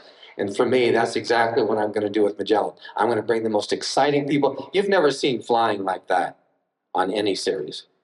And that is worked out technologically with physics. You can do every single move that you saw there in space. So the key is, if you were in space dogfighting, you would be doing everything humanly possible to avoid your adversary. I also wanted to create a way to create dogfighting where you're not 4 miles from each other, which is not exciting. So we created a way that people link up almost like a tractor beam that allows them to get within a certain distance. You can still outmaneuver each other, but you can't get too far from each other once they lock onto you, and therefore the dogfighting goes back to the way it used to be in World War II, which was a lot more exciting. If you see most space adventures games today, you're like in a first-person shooter, and everything's whizzing by you like this. But I really miss the old-fashioned flying, where you really get a sense of maneuvering and trying to outdo somebody. It's very competitive. Actually, your enemies can almost wave to each other. And I just think finding a way to bring that kind of intensity into the future is what I want to do with the adventure game, space game for Magellan. So again, keep track of that. Check it out at greatwarmagellan.com. And then if we all pray, we will hope that Battlestar will end up being a movie with Glenn Larson, Tom DeSanto on board. And that at some point in the future, if that doesn't happen, I hope to God that I'm at a place where I can bring back the show and bring all those people back together and make the show that we would all love to see. Ron, thank you for coming. I know it's probably not the most comfortable situation to be in. Hey man, I killed Kirk. Yeah.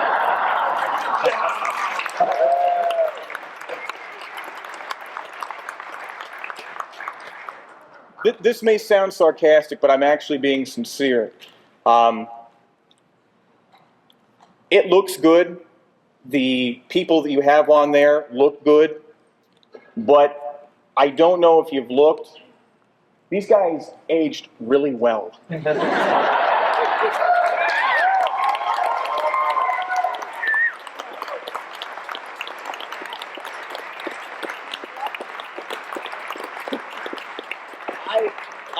I told my fiance here, if she didn't stop looking at Terry Carter over here, we'd be in separate rooms tonight. But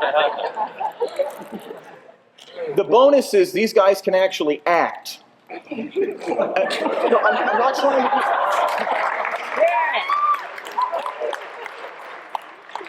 The question I have is, how much serious consideration, and you said, being honest here, did you give to somehow incorporating these actors who we love and who, not to patronize you, but we owe you, Richard, so much for how much work, how much love and how much effort you put in to keeping this alive, to keeping the idea of Galactica alive. Blood, sweat, and tears.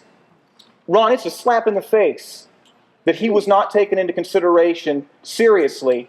And when this mini-series fades away, and if it becomes a series, when that fades away after 13 episodes like Galactica 1980,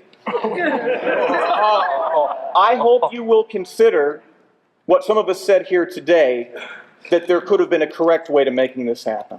And I just want to know, how seriously did you consider bringing some of these people from the cast into the series. Okay, I mean, let's be very clear. We wouldn't be here today unless Richard Hatch had done the things that Richard Hatch has been doing. Right? And the actors, I wouldn't be standing up here today about this project if not for Richard and not for the actors involved in the original series. When I came to this project, the idea of a continuation with the original cast, with some members of the original cast, and continuing the story of Galactica had already gone through the process and had died a death at Universal and Sci-Fi and UPN or Fox. I kind of forget which one it was about Fox. All that had happened before I came aboard. I was asked, what do you want to do with Galactica? And I said, okay, this is what I want to do with it. Now at that point they were free to say no. They could have said, no, we're interested in going this other direction. But they said no. They said, yes, go do it. So I went and I did it. I don't make any apologies for that. I mean, if I asked you what you want to do with Galactica, your answer would be something different than mine. But I was the guy that was asked. And I was the guy that sat in the room and had to come up with the idea and had to come up with the prompt, with the approach to the material. And I had to give it my best shot at what I thought I could do with it. And when they agreed to do that, I went forward with it. I have nothing but good things to say about the original show. I have nothing but good things to say about Richard Hatch and the efforts that he made down through the years. I had an opportunity to see Richard's trailer for The Second Coming, and it's a remarkable piece of work. It's great. But I'm the guy that's doing the show, And this is the choice that I made, and I stand by that choice. Yes, the young man in the back.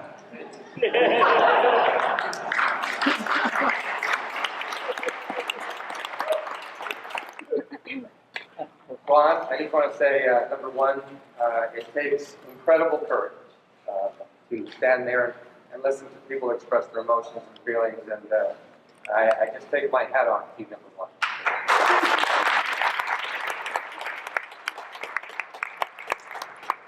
Also, I don't blame you for anything, because for me, there's usually a number of people involved in decision-making about what direction the show may take. God knows who makes the definitive decision in terms of direction, but all I can tell you is that number one is a budding writer, director, producer, with very few credits to my name, but having put together the Second Coming trailer, I learned some pretty hard lessons, developed an incredible appreciation that now comes from being on the other side of the camera, and watching this, it's not even a question of what's good, what's bad. I mean, I really admire your whole vision to actually have the courage to take your ideas and not compromise, not play games. It wasn't about, I'm going to try to, pull my punches so that I show a little bit of my creativity, but I'm not going to go too far because I don't want to alienate anybody. I think if you're going to go there, you got to go there. And you had the boldness and the strength to actually commit to that vision, whether it stands or falls, will be the wide audience of this world. Once people have a chance, same for me, to get over my involvement, my heartfelt love for this show, to be able to look at this objectively, I think I'll be able to admire and value what you have here a lot more when I can get a couple steps removed. But just even from this place, I can see that you have a bold vision, that you're an incredibly talented man, and you have a lot to say. And I honor that.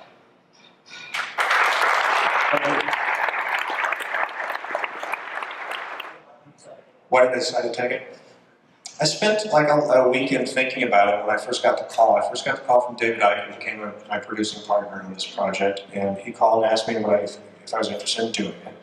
And I wasn't sure that I wanted to go back into this particular genre.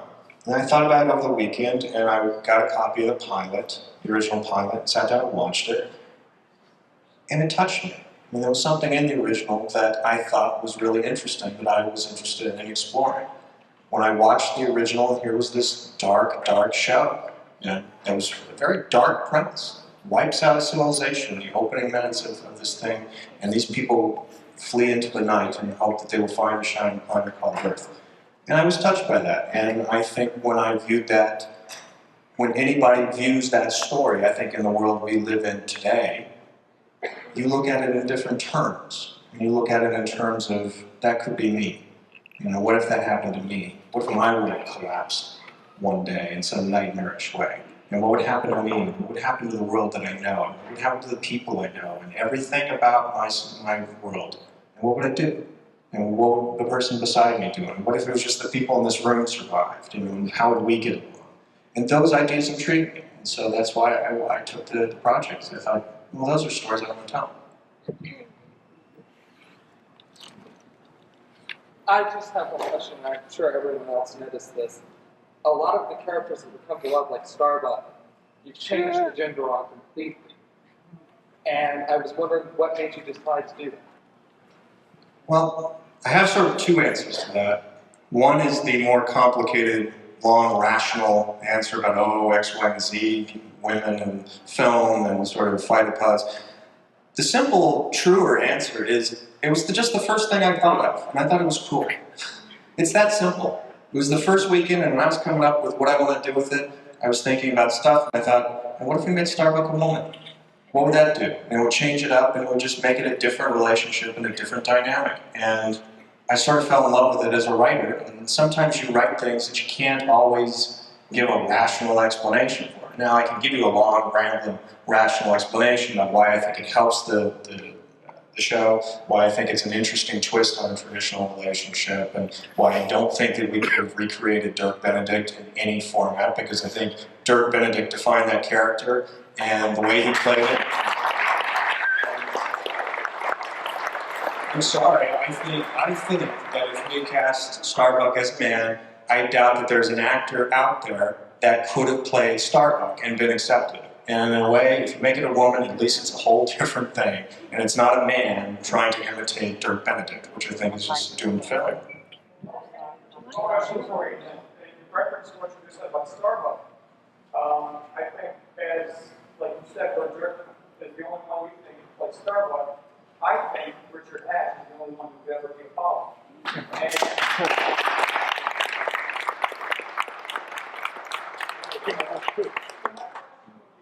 To turn Starbuck female and totally strip Dirk Benedict of that role, if you will, why wouldn't you have done the same? Not in the sense that you stripped him on purpose, but you feminized, you turned Starbuck into a female. Why not do the same thing with Apollo?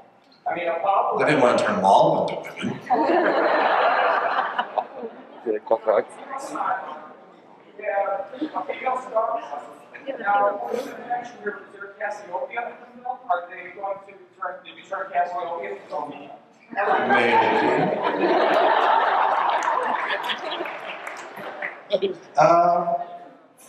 I never considered turning Apollo into a woman, and I just did. I thought it was an interesting change up in what I thought is a very traditional relationship between two guys. And I'm great that you did that, and I appreciate the boldness of doing it. However, I just think that if you kept Starbuck, or if you kept Apollo man, you kept Maradona man, I mean, it just seems to me that you didn't do something with a female Starbuck. you might be right. Look, I knew going in that was going to be the most controversial decision I made up front, because I made that decision before the Cylon backstory and the rest of the other creative decisions that were made. Like I said, it was one of the very first things I thought of. So I always knew that was going to be a chance. And maybe that's a chance it doesn't work. But I think it will, and I think it does. And, what can I tell you? It's just one of those things. It's all very subjective, and you may like it, you may hate it, but, it's just... Sure. Well, I'd like to thank you all for your questions, and I'd like to thank you very much for joining us. That was really incredible.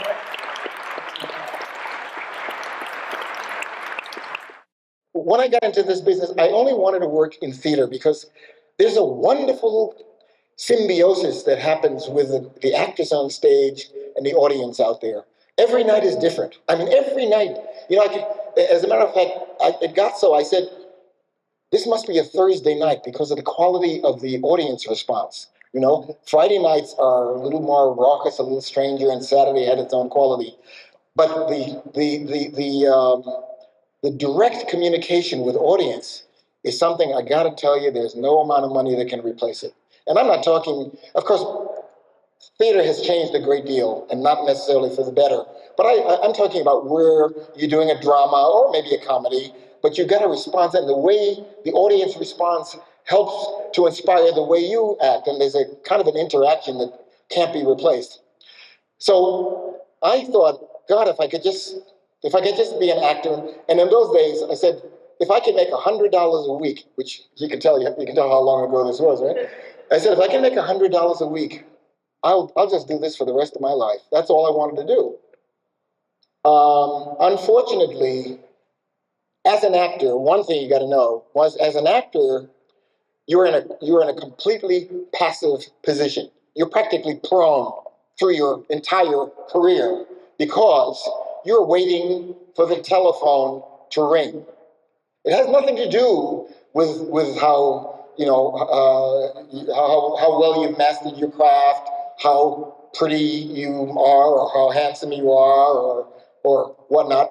It's more important that you've got the right friends and that you're in the right place at the right time. Those are the kind of things that don't necessarily have to do with your craft. You see lousy actors up there on the screen. You say, "Gee, how did she get that job?" or whatever it was, and she probably knew the right people. But what I'm saying is that in the 50-odd years that I've been in this business, I can look back at the things that I did that were worthwhile, and most of them happened because I happened to know somebody who said, "Hey, Terry, you should go and call so-and-so." Or I just happened to be in the right place at the right time. I mean, this really is what happened. The Phil Silver Show. I'm walking down the street in New York, and there's an actor, you don't know his name because he's no longer with us, named Ned Glass, who was a buddy of mine. He said, "Terry," he says, "listen, they're casting for the Phil Silver Show, and I think that you'd be right for it. You could give them a call." Now, Nat Hiken, I don't know if you know the name, but he was a very famous writer in his day, and Neil Simon was one of the staff writers. You know who he is. And so I went up for the part. I got the part, but I wouldn't have gotten it had I been walking on the other side of the street and not seen Ned Glass. I'm rambling a bit, but I've been known to do that. The McCloud Show. How did I get the job on McCloud?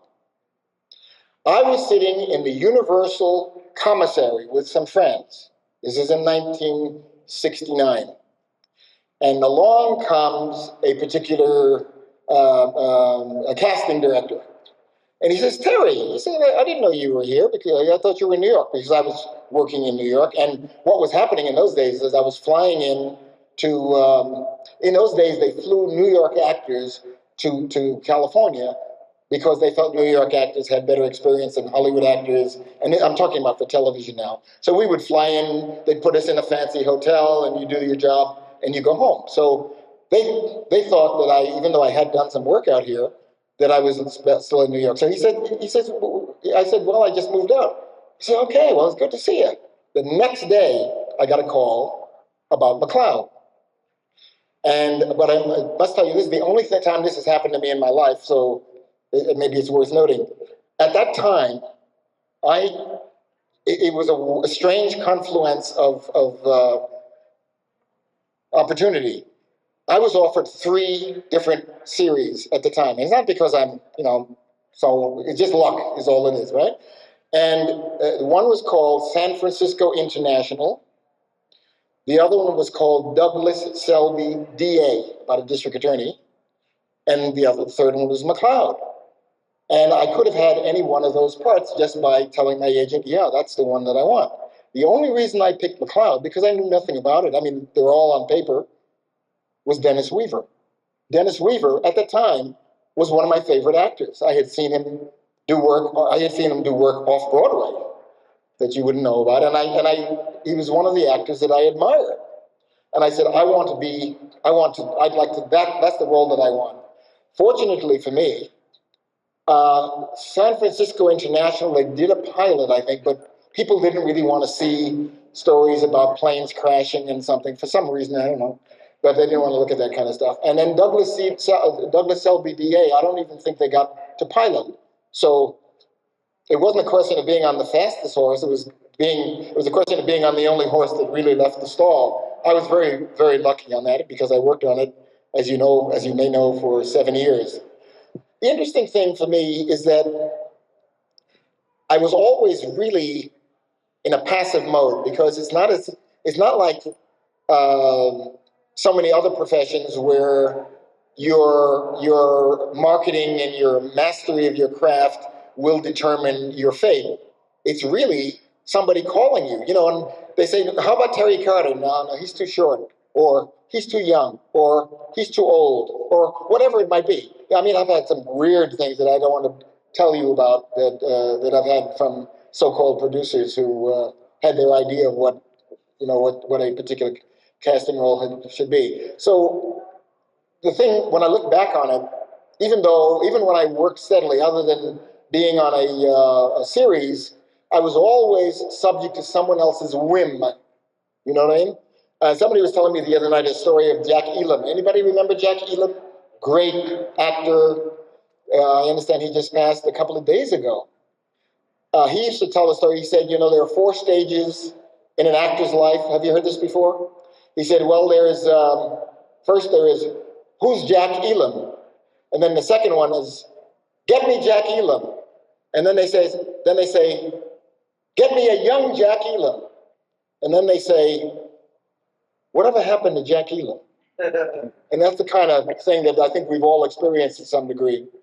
And so one of the reasons that I've always admired British actors in general, because as far as I'm concerned, generally speaking, they have a far better opportunity to perfect their craft.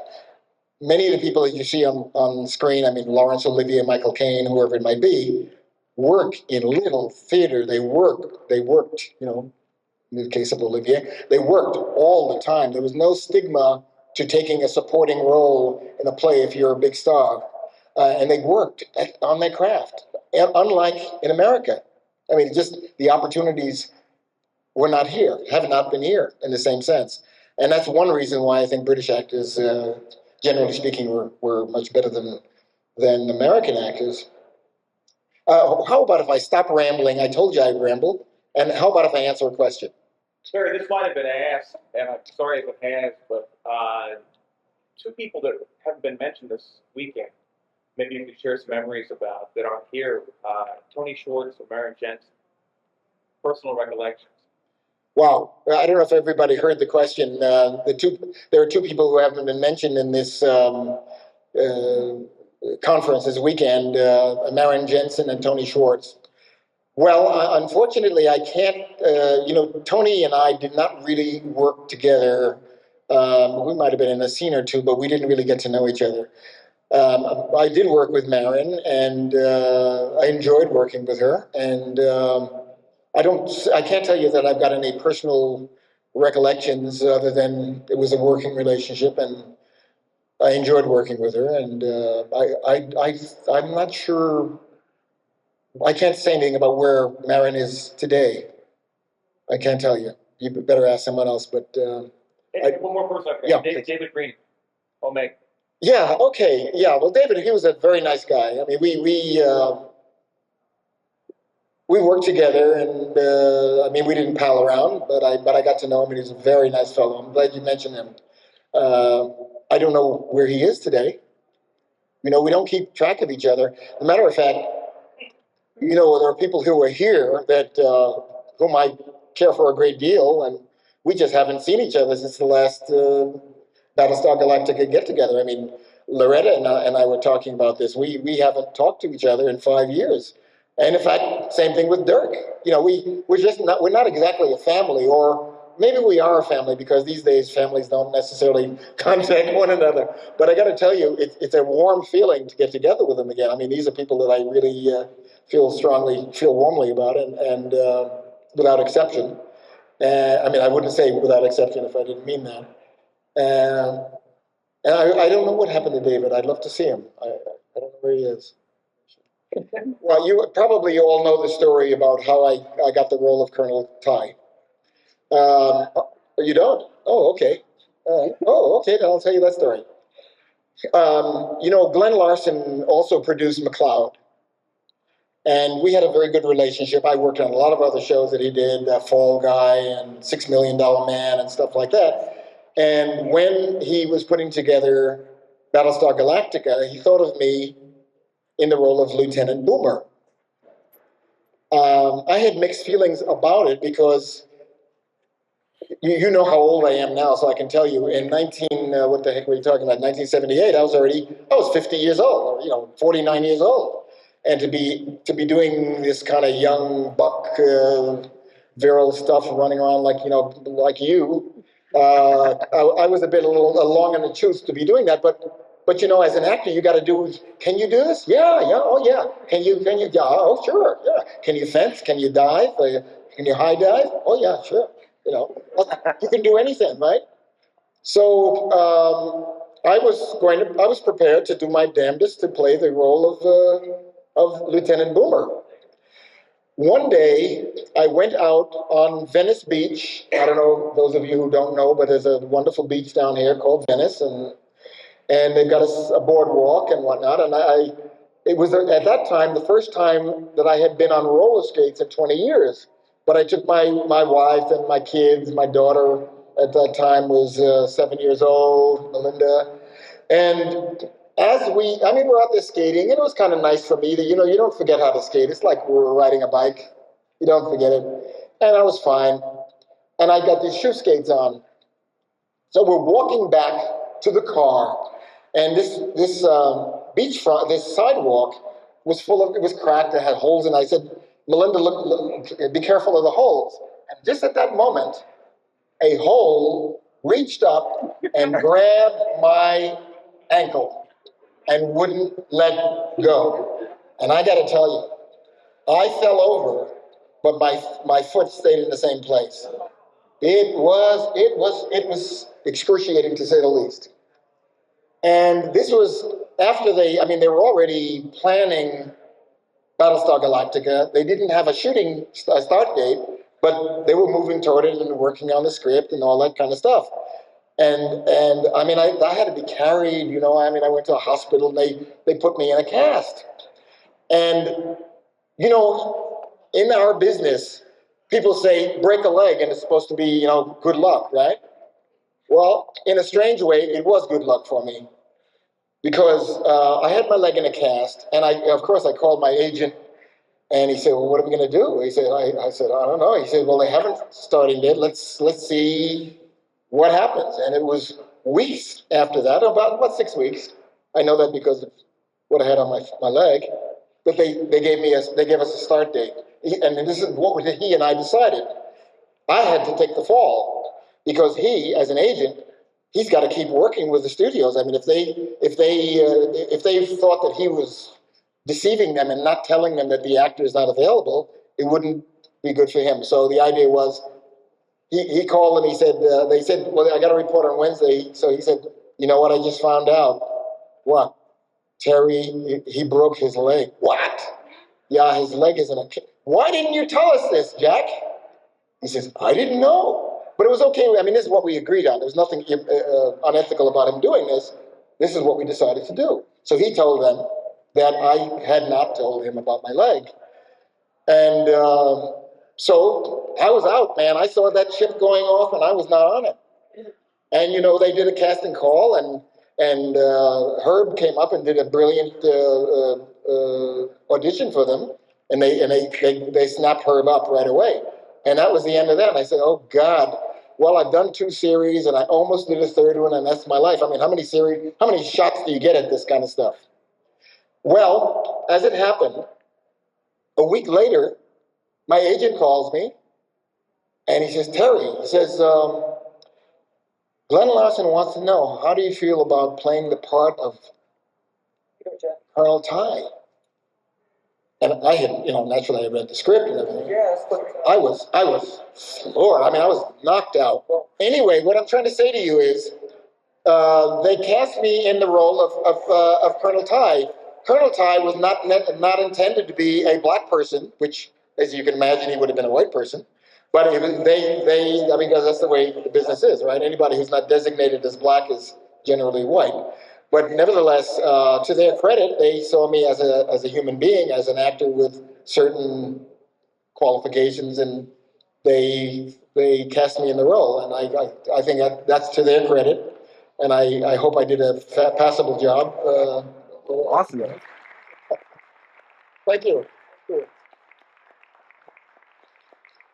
I was kind of fishing for that. So that was but anyway, to me, the opportunity of playing with Colonel Ty, I got to tell you, it was a much richer experience because, generally speaking, I mean, he was mature, he was second in command, and they were able to build facets of the relationship which were more challenging to me. And I mean, I felt very much at home. I felt very much at home in the role of Colonel Ty. So. When somebody says break a leg, man, it has real meaning for me. But anyway, that's the story. So, is it? Thank you. Yes, that's. I don't know how much you've gotten because you don't do a lot of conventions, but you shouldn't underestimate how much you have inspired other African Americans, young kids that watched the show at the time, realized that a man could be of color and be in charge of something. Well, I'll tell you, I have had on occasion. I mean, when I travel, I meet people who may recognize me, and I have had young people say to me just what you said. And in fact, there was some fellow that I met some years ago who told me that it affected his career choices. He went into flight engineering as a result of seeing me on Battlestar Galactica. I mean, which is, God, it was very flattering to me. And in this very convention this weekend, I've had people come up to me and say, as a person of color, I got to tell you how proud it made me as a child, blah, blah, blah, So, I mean, it was great. It's a great feeling to know that, and it's a great responsibility at the same time, right? To know that there are people out there who respond well. But, I mean, generally speaking, the experience for me of having the kind of people that I see out here care about what we've done, I got to tell you, I can't tell. It's wonderful. So, I would like to thank Terry for coming in and talking to us today and giving us the background he did, allowing us to know how you became Colonel Ty, and I appreciate you sharing that story. I would just like to say for myself, for all of you who came today and yesterday and Friday, Battlestar Galactica, like you said, means a lot to everybody. And for me personally, you're always going to be Colonel Ty.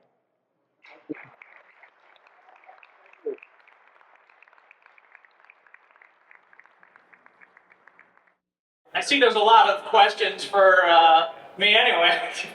So, does anybody have any questions for Noah? Yes. What is your favorite moment working with Richard? My favorite moment working with Richard. Let's see. I think my favorite moment was when Tony Schwartz gave me my first beer of my life. After we had done all my close-ups, went to lunch. We need to keep the door shut. And they gave me a beer, and we had to come back and do Richard's close-ups afterwards, and I couldn't remember one of my lines, and Richard, of course, was a little miffed about it, and so I guess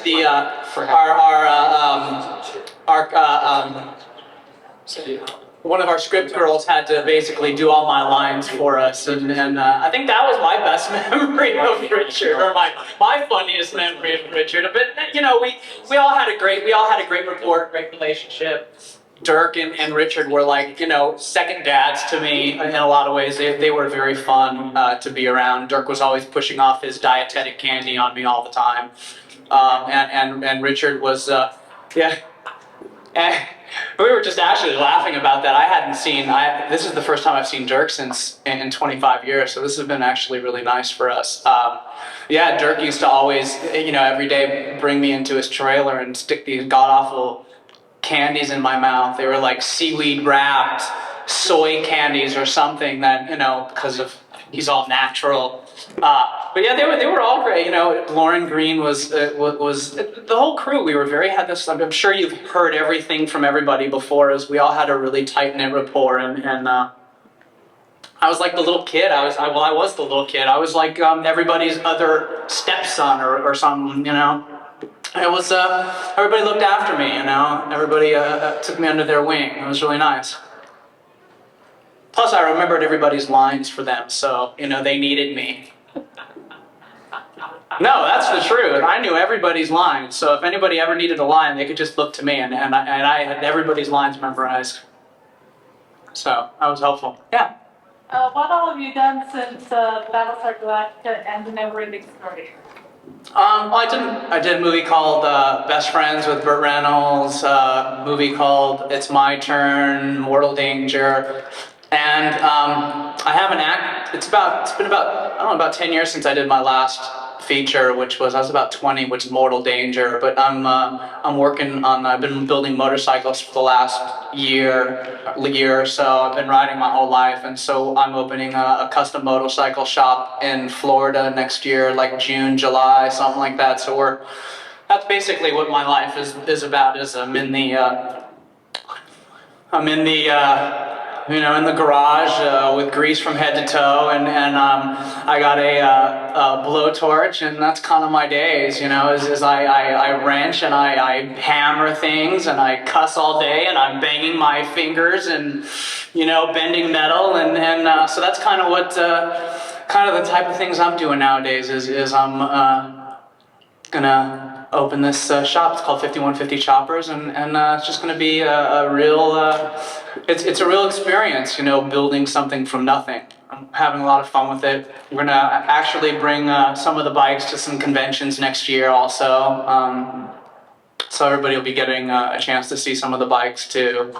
So yeah, that's basically it. You know, I'm married and have a little family and have 2 boys, and so you know, I get to spend a lot of time with my family and starting my new company, and so it's, if anybody's started a new company, it takes a lot, and it's a lot into it, and yeah, nothing I could think of more that I'd like to do better than build bikes anyway. So that's definitely, to me, is probably the most fun job I could have, other than being an actor.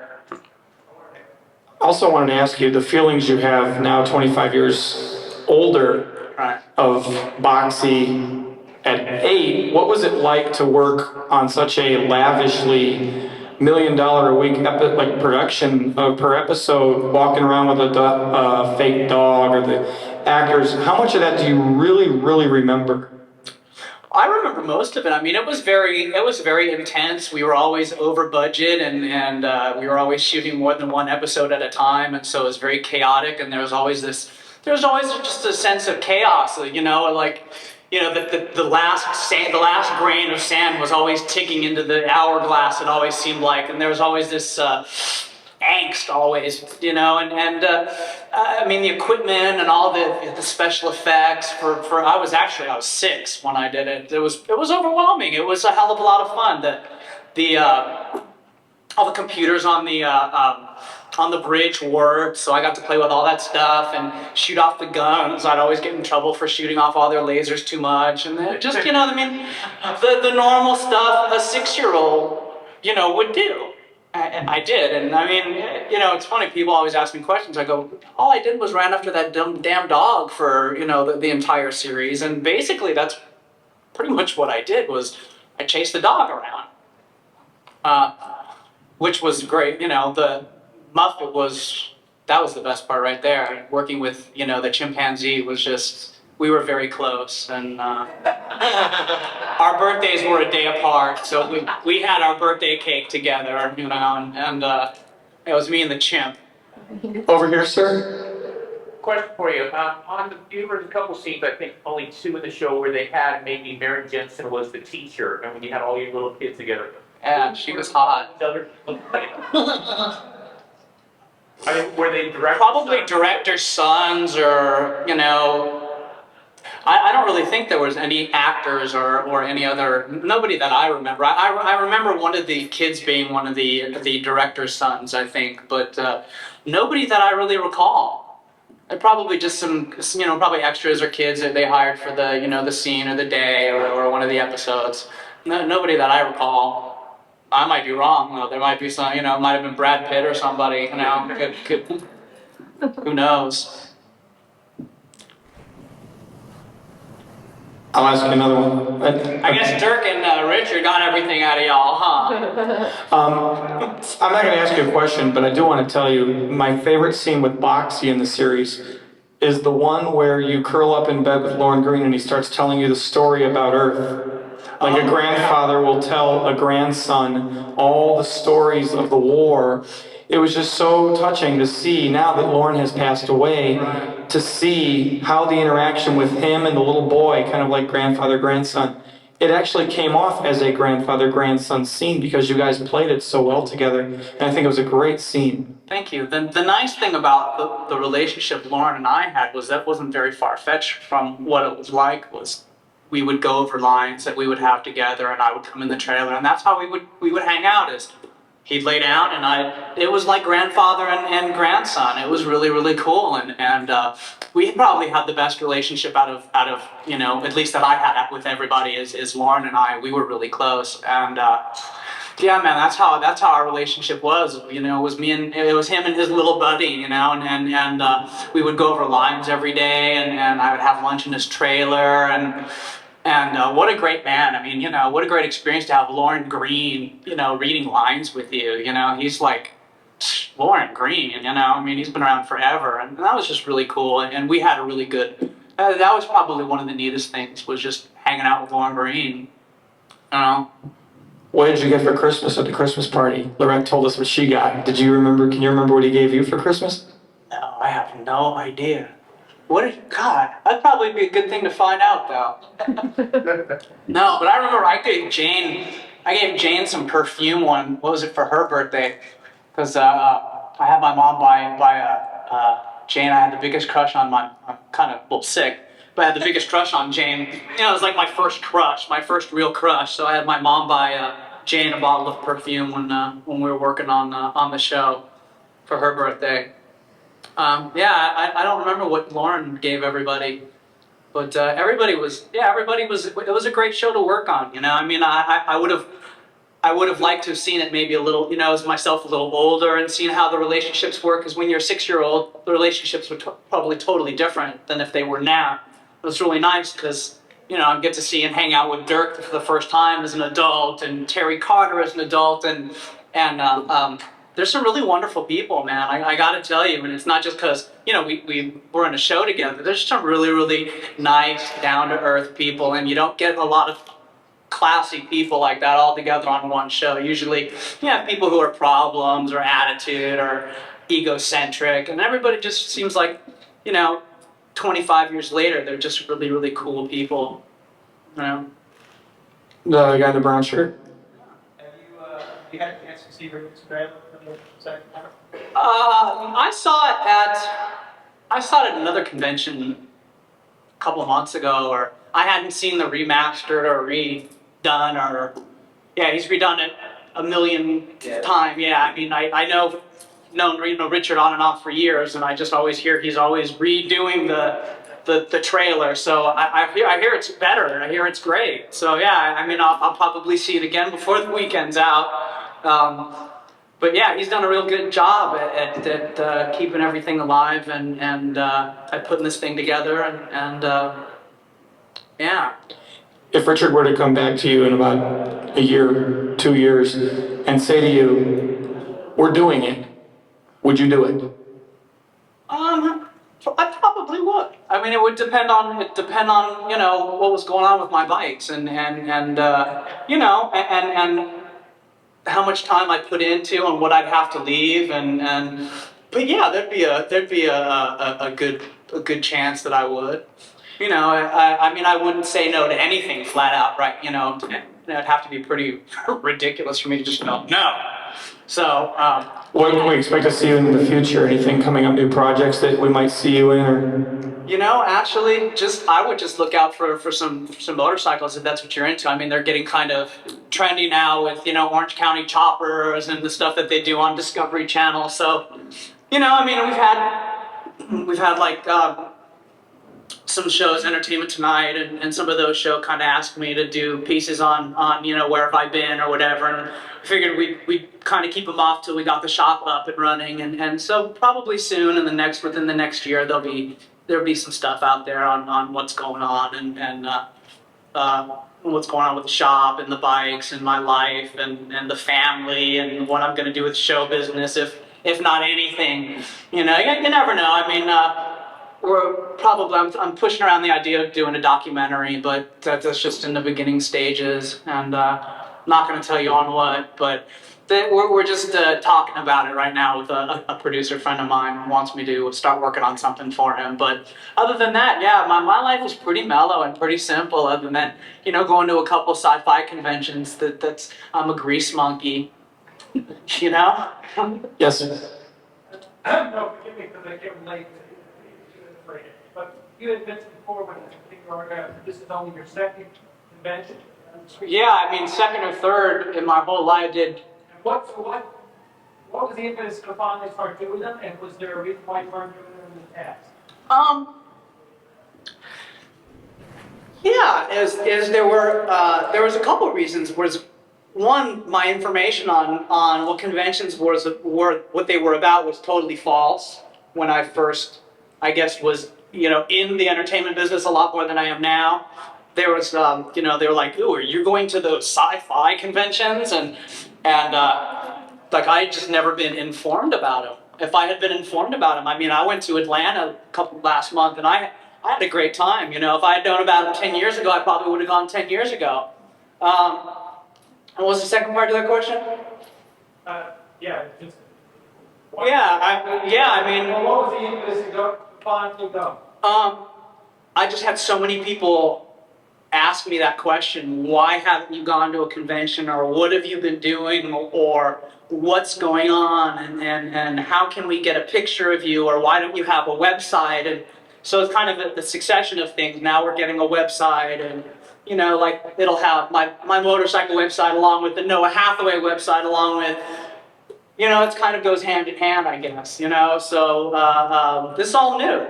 You know, and it just seems like it was a good way that we can get out there and you know, I'm blown away by how many tens of thousands of hundreds of thousands of people go to sci-fi conventions every year. You know, shit, I'll bring my motorcycles to the sci-fi conventions, you know? If anything, I mean, first of all, it's great that you get to meet people that have supported you or myself for all those years, and I get to see what an impact I've had on a lot of people's lives. And secondly is, you know, it'd be a great way to get my business out there. It'd be a great way for me to bring my bikes to shows. And, you know, sci-fi fans got a lot of money like everybody else, you know, and hey, I know if I do a Battlestar theme bike, there's gonna be somebody who's gonna want one. Yeah, you know, I've had hundreds of emails. Are you gonna do a Battlestar theme bike? Are you gonna do a Neverending Story theme bike? And I think the Battlestar theme bike would be easier. I just couldn't see them doing like a pink, fluffy motorcycle. You know, it'd be kind of hard. Like, how would you do a pink, fluffy chopper or make it look mean? It just would not work. So, but we're gonna do. We're working on a Battlestar theme bike, which will be cool. Maybe we'll do a couple versions. So, you know, that's a way where I could start my, you know, get my bike business out there also. Was, you know, I figure I'd take it around and bring the bikes to some conventions in the next couple of years, you know? Well, Noah, I appreciate not feeling well and everything, that you still took the time to come and talk with us. And everybody, please. I wanted to thank everybody for coming out and seeing this. Give Noah, please, a round of applause. It's a great show. We love it.